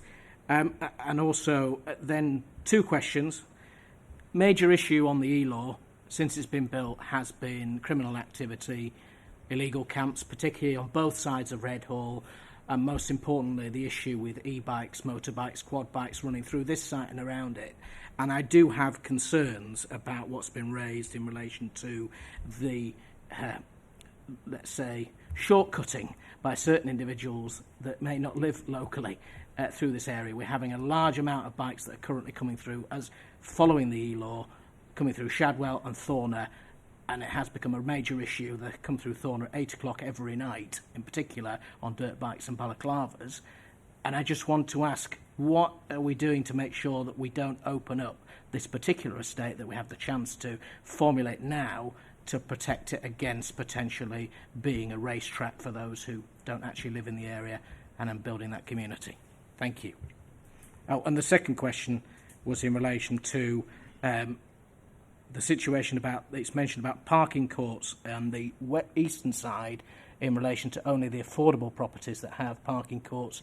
And I just wanted to ask in particular why that's the case, that they are not having availability of parking to the side as with every other property in that particular part of the development.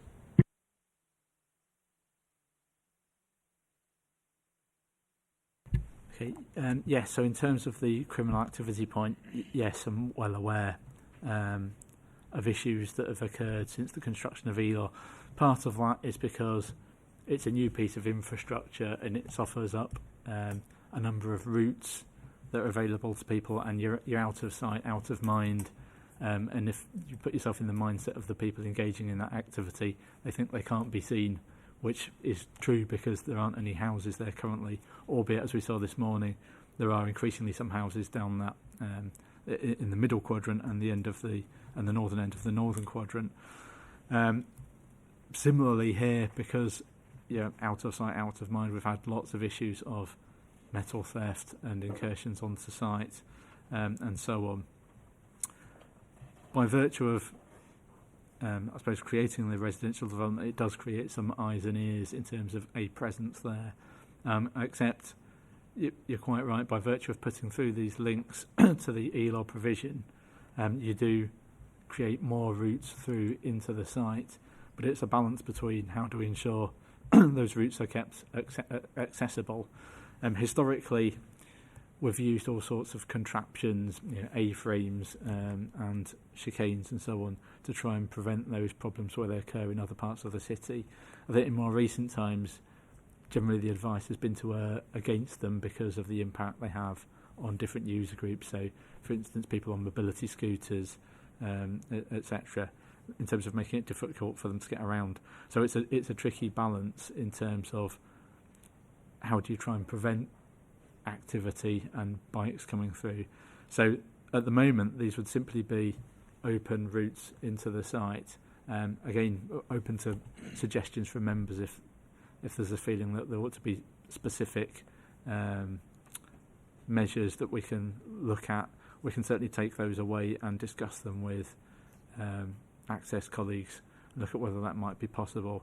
But we'd really want to avoid, I suppose, trying to sort of, I suppose, future-proof is obviously the right thing to do, but what we wouldn't want to do is to put in a lot of infrastructure that impedes people's movement around the site unnecessarily.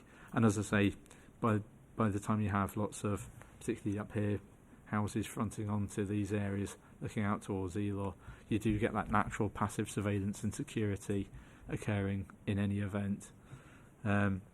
So yeah, a tricky balance there.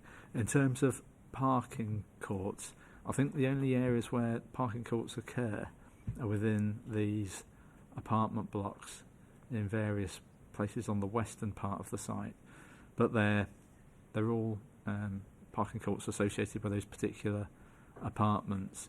So I'm not aware of anybody not having sufficient parking or unrelated parking. It may have been a comment. I think I do know what you mean.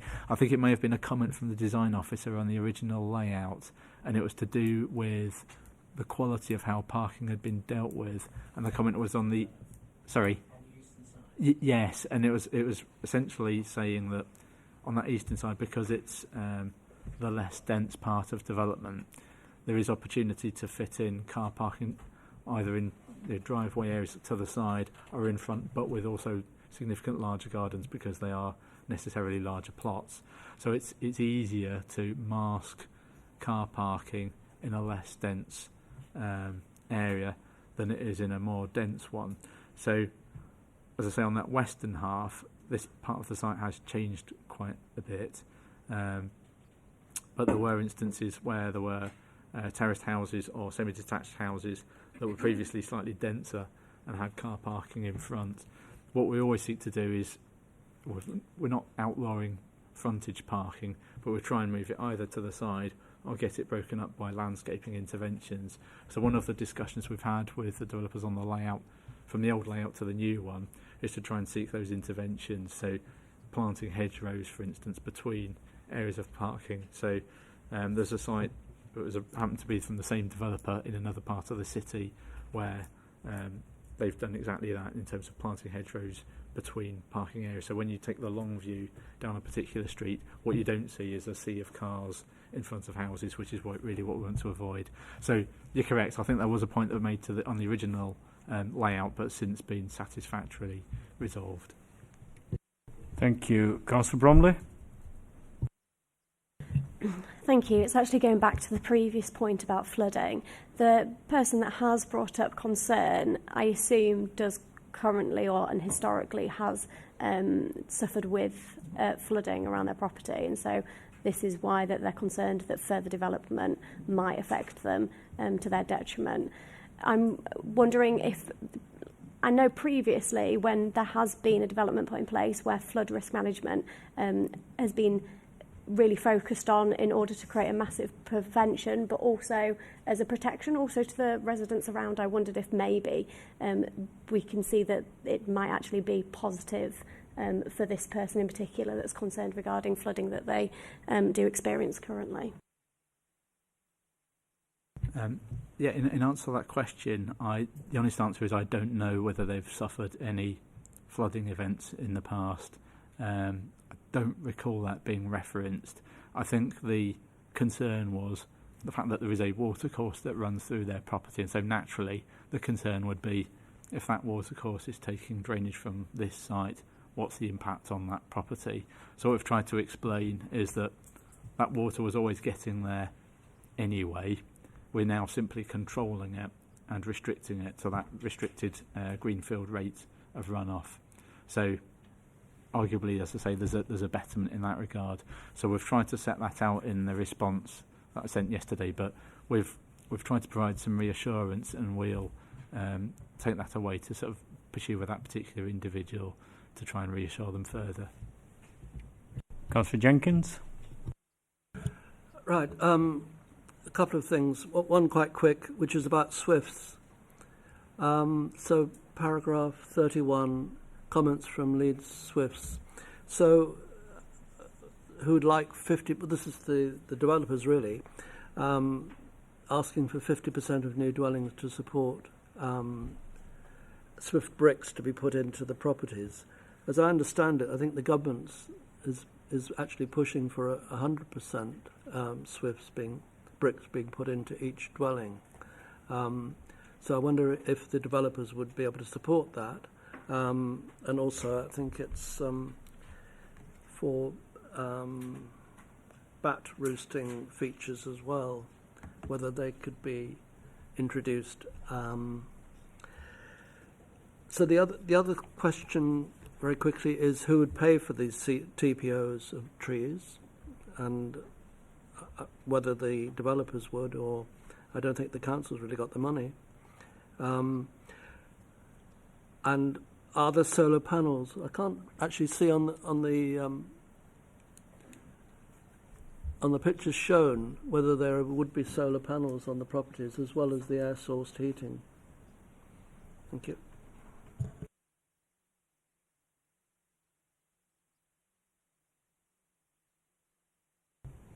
Chair, I think that was a question to us. I believe so. There's just so much movement between officers and members on the last set of questions, but on the TPO, We've got no issue, no problem, should the council choose, once the land has been sold to the developer, for the council to then issue a TPO on the site. There's a very detailed tree protection report with root protection areas and canopy protection areas which identify the trees to be kept on site. Should the council wish to come along at that point, I don't think it's something you could ordinarily condition because it's an obligation on the council. But as I say, we've no issue whatsoever with the TPO if that's what the council wanted to do. It's not an action that the developer themselves could do, so it's obviously clearly with the council. With respect to the Swifts, I don't think it's a requirement to put a Swift box on every house. Equally, it's not the requirement to put a bat box on every house because not every house would be orientated and located in a position that would be beneficial to Swifts and bats. But there is a high requirement to do it. We're doing it elsewhere on East Leeds Extension. So it's those wildlife corridors, those properties near trees where the lighting is not so much of an issue.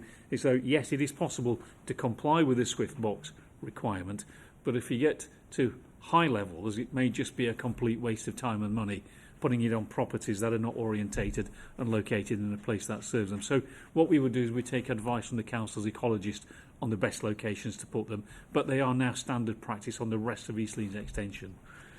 On the solar, we mentioned it briefly before. I think what we're really looking to achieve on the 54% is the energy efficiency without solar. And again, it is possible to put solar on certain properties, not necessarily all of them, because again, it comes down to orientation. So if you've got a property that's just tucked behind the trees and you've got the trees shadowing across the roof, then it's pointless actually putting it in those circumstances. But what we'll do is we'll work with the council's planning condition that will come with the detail to ensure that those energy standards are met and the technology is appropriately located. Councillor Ray? Sorry, just something that you said about the flooding and the flood risk, and you were saying that the same amount of water is going to be accessing the watercourses, so that it's not changed anything. Am I not right in thinking that actually the hard standing and the roads and things like that will actually make a difference because it won't be saturating the ground before it runs off? That's correct. So at the moment, obviously there are areas of hard standing, but by virtue of carrying out the development, you have hard surfaces, roads, driveways, and so on. So all of that's been accounted for within those calculations. So there will already be a calculable amount of discharge running off the site. So what we've sought to do is to ensure that whatever runs off, that whatever's piped off, does not exceed that existing limit. So that's why there's the need for the attenuation tanks. So ordinarily, you would argue that, for instance, in the greenfield parts of the site, for instance, water would naturally percolate through. In the case of Redhall, as I say, it percolates very slowly because it's a very thick clay soil, but it does percolate through. So that's what would normally happen. But on a hard surface, a tarmac roadway, for instance, that water runs away very, very quickly. So that's why you need the attenuation tanks to hold that water back, and then it's released, as I say, at a rate which is no greater than the existing greenfield discharge rate. And so that's why water, when it comes out the other end of that pipe, is no greater than you would have ordinarily had by virtue of ordinary percolation through the ground. So in that case, the trees that are being lost by there, is that in part, some of them are high quality trees, but it's also because the root systems would interfere with the attenuation tanks? Yes, that's correct. So within this, I'm not sure if you can see it on the screen, but hopefully you can on the ones that you have in your packs, and I think there's a larger landscape plan. But you might be able to just about see there's a blue hatched area with straight lines around it, and those two rectangles, they're the attenuation tanks on either side of the access road. And within that area, you can see a couple of circles, for instance, on this one here that I'm pointing at. So they're some of those existing trees, which, as I say, they fall squarely in the middle of where those tanks need to go. So there isn't really any possibility of retaining those particular trees in that instance.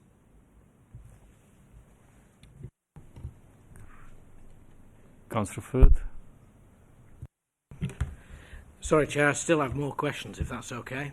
The one thing I was going to ask is, as has been raised by both Councillor Brumley and Councillor Ray and others, in relation to the trees helping with flooding, I am aware that residents on Brandon Close have mentioned to me about the prevalence of flooding, particularly in the area that's being developed between the attenuation tanks and between what is Woodland Group 2, the current woodland, and the woodland that's going to be retained, in particular, at the back of their gardens, and potentially that's something that needs to be dealt with for those properties, and potentially also in terms of the impact, as has been raised by the gentleman that came to the forum and then raised concerns, also impacting on the properties, particularly on Brandon Close and those obviously that's come on from the Ring Road. I just wanted to ask then on that particular point, is there, given the mention of attenuation tanks and sites, obviously the one on the western side is going to be going into Great Heads Beck, I believe it's called, along that runs all the way up down the side of Roundy Park. Is there a particular reason why the attenuation tanks have to be in that particular site, or could they have been moved? Is there a particular reason, drainage reason, and also the same reason in relation to the ones on the eastern side? I do appreciate there's a drainage system that's been put into the new roundabout at Wellington Hill by the Wellington pub. Thank you.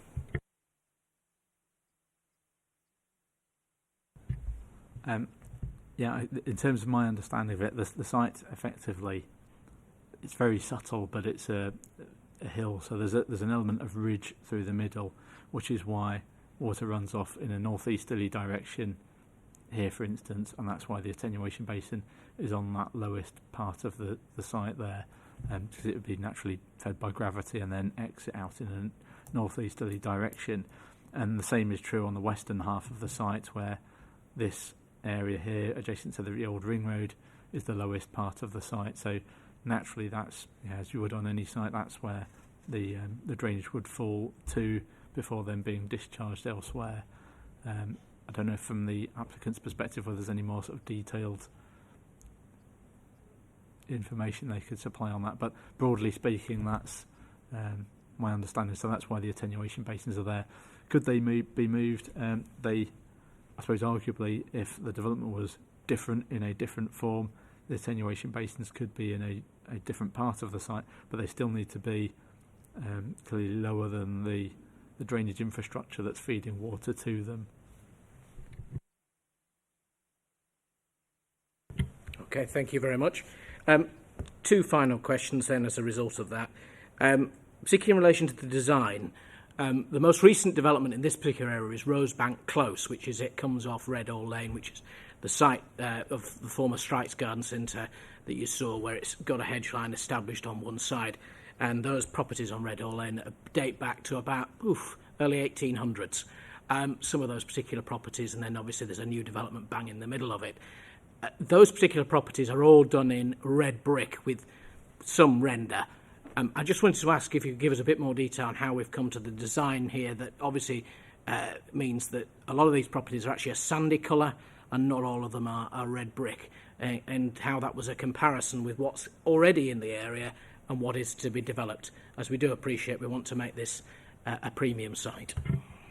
And the second question was in relation to the Dovecote that's on the E-Law, it faces onto the E-Law. Obviously, it was mentioned back by Ralph Thoresby when he visited back in the 1700s.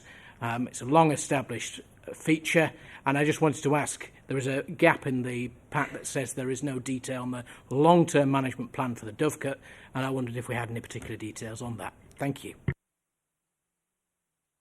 So to answer the question on materials, firstly, so the green and the blue, which you can just about make out on these slides, they indicate effectively the red brick parts of the site. So these dwellings outlined in green on the western side of this cul-de-sac, so they back onto that existing development. So they are to be red brick properties. On the western side of that particular road, they're in more of a buff brick, and then on this eastern parcel generally, it's a bit of a mixture of both red and some use of buff brick as well. I suppose open to the I'm not sure if it was entirely just a question for me or a question to the developers as well, so they might have a view on materials. But it's something, again, if members have a view, we can discuss that further with the applicant team. In terms of the pigeon cote, yes, the proposal has moved on during the course of the discussions on the layout. So in terms of where it's located, it's immediately adjacent to the pedestrian and cycle facilities on Elaw, and so the current thinking was around using that as a cycle hub. So it's an interesting proposition, and what the latest sort of comments are really seeking to explore is how would that work, how would it be managed, and so on. So it's an interesting concept which, again, welcome members' thoughts on, and we'll try and explore how that would work and how it would be managed, and that's something that we'd take up with the developer as well. We've done it elsewhere on other schemes where we've had pieces of listed infrastructure where they are to be used for a purpose, and we've sought to secure management details to ensure that future residents aren't being put in a position of effectively having to long-term pay for a piece of infrastructure which hasn't been properly maintained in the past. As you saw from the photographs, it's in a bit of a state of repair, so it will need some improvement to bring it up to an acceptable standard. And I would anticipate beyond that, you would then look at what that use is, how it operates, and so on. Right, thank you. Let's move on to the comments. Do any of the members have any comments? Sorry, David. Is that not questions to officers? You still want to ask questions, yeah? Yeah. Councillor Jennings, is there a question you need to ask? Well, yes, if I can. Yes. Yeah. Okay, very quickly on. This is on highways, really. So, a large development of 350 houses is going to create a lot of transport, and I just wondered how it's all going to be interconnected to all the rest of the Elaw development, particularly with the potential development of the park and ride at the Springs, which won't be ready till 2027. But it's really how we try and reduce the amount of traffic on the roads and into the city, and what ameliorating factors there could be that we could ask WICA maybe to look at. It just, it's just going to increase. Is that okay? Okay. You understand what I mean? Yeah, I mean, I think there will be a 106 contribution to improve public transport, as there has been with the other East Leeds extension developments, there have been some active discussions about, potentially looking at increasing the frequency of the buses along the A58, for instance, as one option. But also, in addition, there will be a residential travel plan fund associated with the development, which can go towards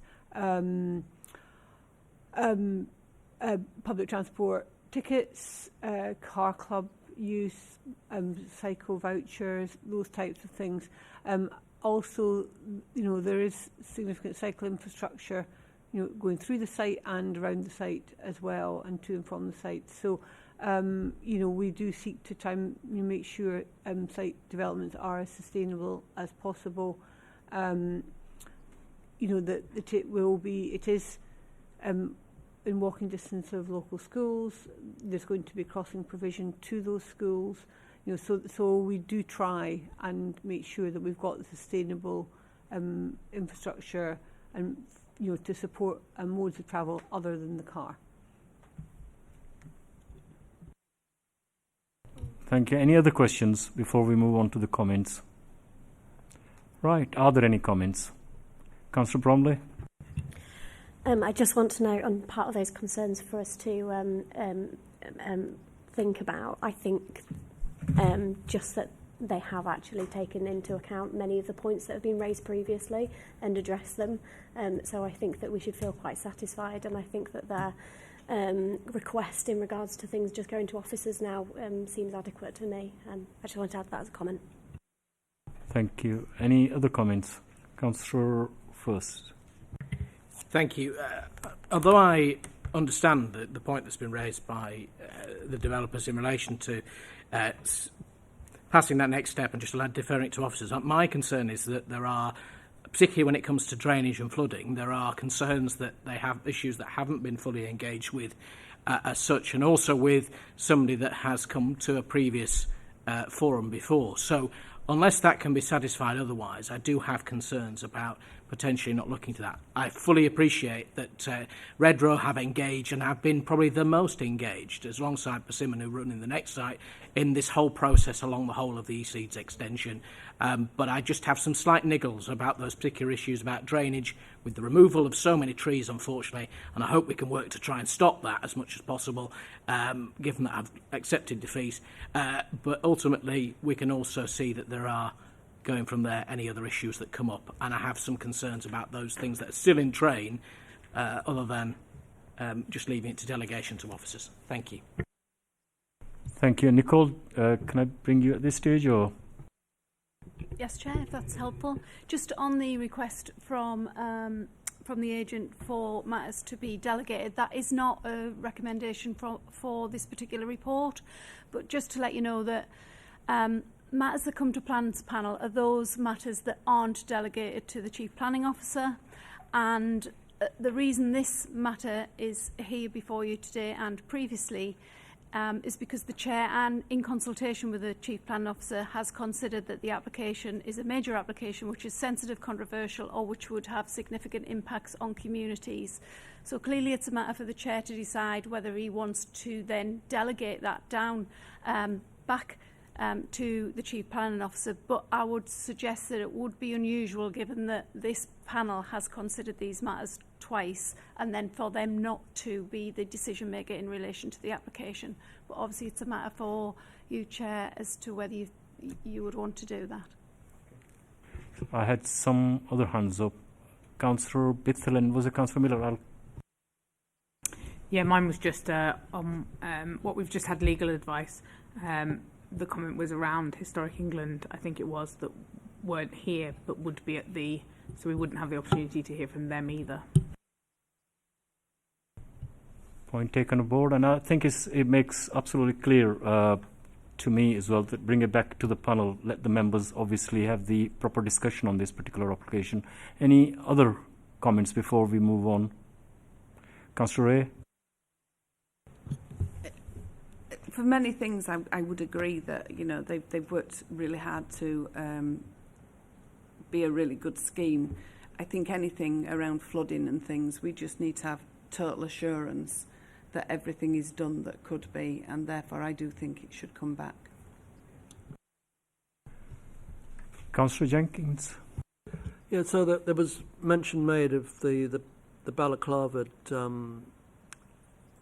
people who inhabit the area, and I just wonder whether we could sort of be proactive and get the police involved at an earlier stage than it's too late, really. I mean, it's affecting the whole of the area of the East Leeds extension. So, yeah. Thank you. Any other comments? Right, in that case, we are invited to comment on the emerging proposal and to address the following issues on page 62 to 63 of the agenda. On this stage, if I can ask Ryan to take you through to question 1 and 8. Yes, certainly, Chair. And obviously we've had quite a detailed session in terms of questions, and there's some comments there as well from members. So I've been making notes furiously as those discussions and comments have been coming in. So what I'll do, members, if that's helpful, is I'll just make you aware of the comments that I've got in response to some of the questions, because I think some of that has come out in the discussion. And then by all means, if there's anything that members wish to add to that, please do, and we'll make further note of that. So taking those in turn, question 1, just in terms of the respect of the design and layout, So I noted earlier on in terms of Councillor, in fact both the comments were from Councillor Firth that I've noted down, just in terms of the materials comments and respecting neighbouring developments, and Andrew said that already that the officers will take that away and consider that as part of the discussions, and also in relation to the pigeon cote as well, and Andrew again noted the latest position in terms of the cycle hub. So that's what I've got so far. Do members wish to add anything to that in terms of general design and layout matters?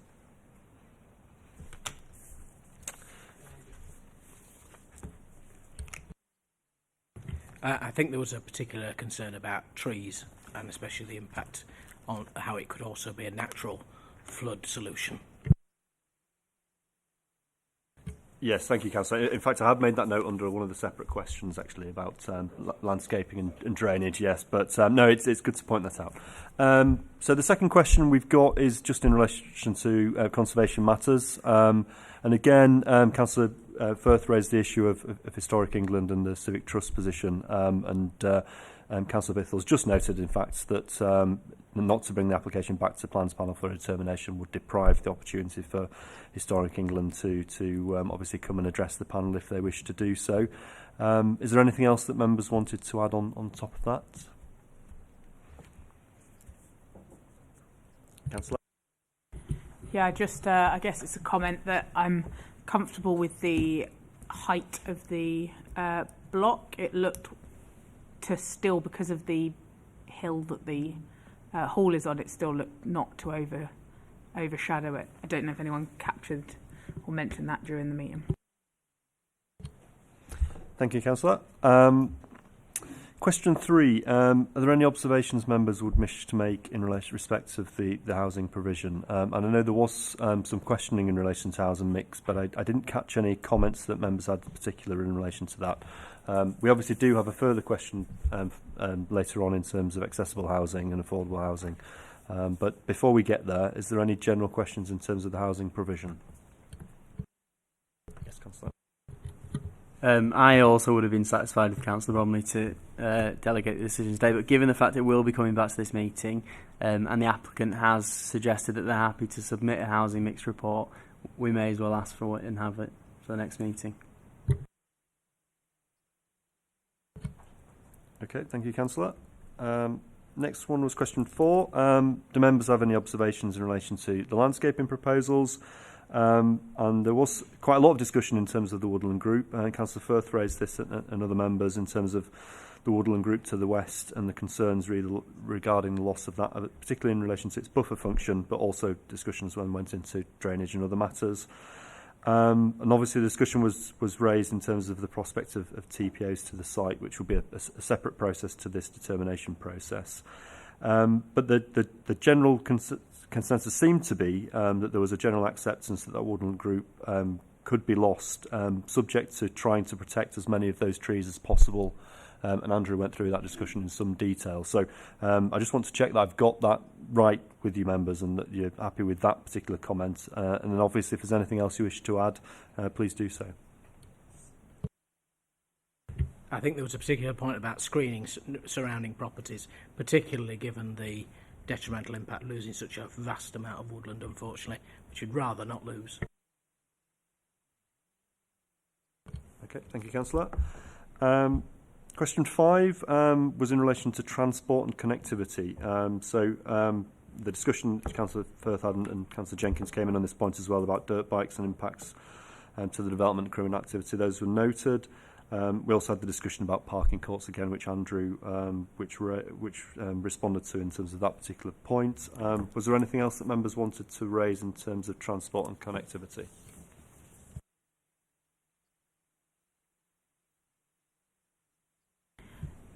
Just very quickly, I'd be interested, and I probably should have raised it as a question actually in hindsight, but too late for that. I won't upset the chair anymore.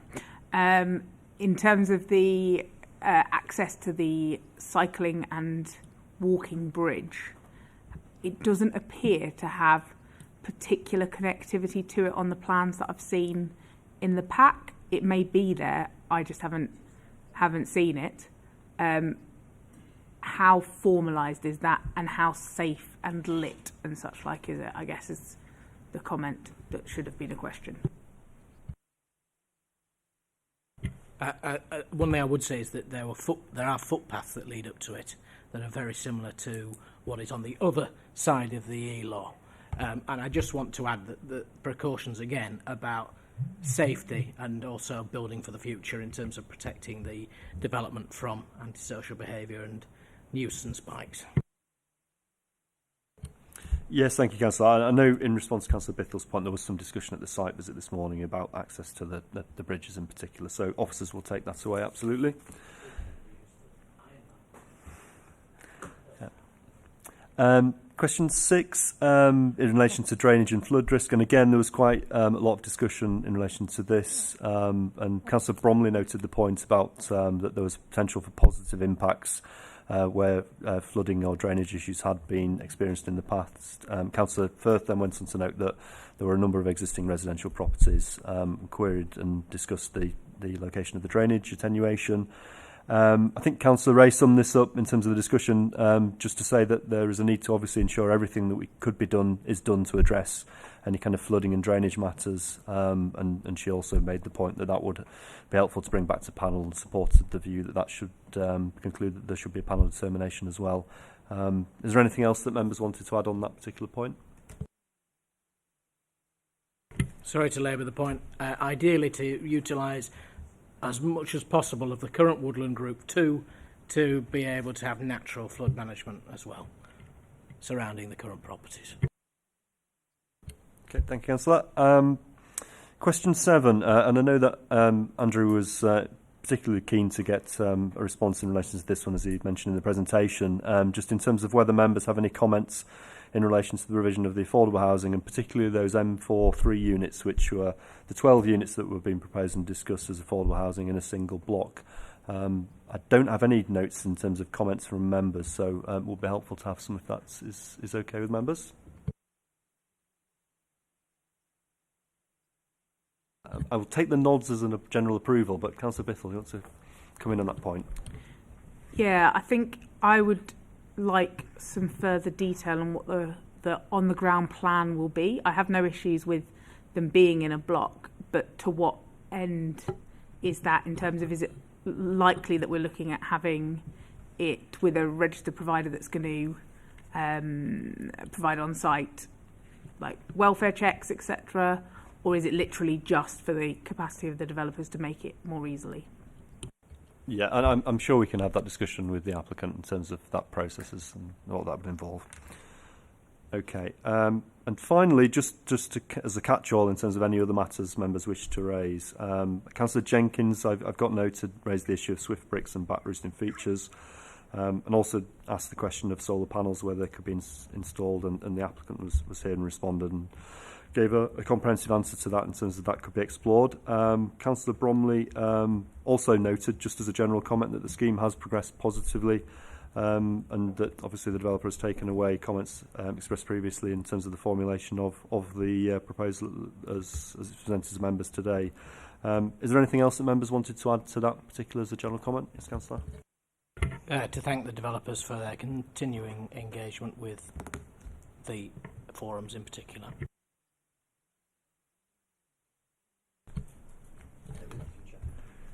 Right, this takes me to the date and the time of the next meeting, which will be on Thursday, 24th of July at 1:30 p.m. And that concludes today's meeting. And please take your cups back where you found them from. Thank you.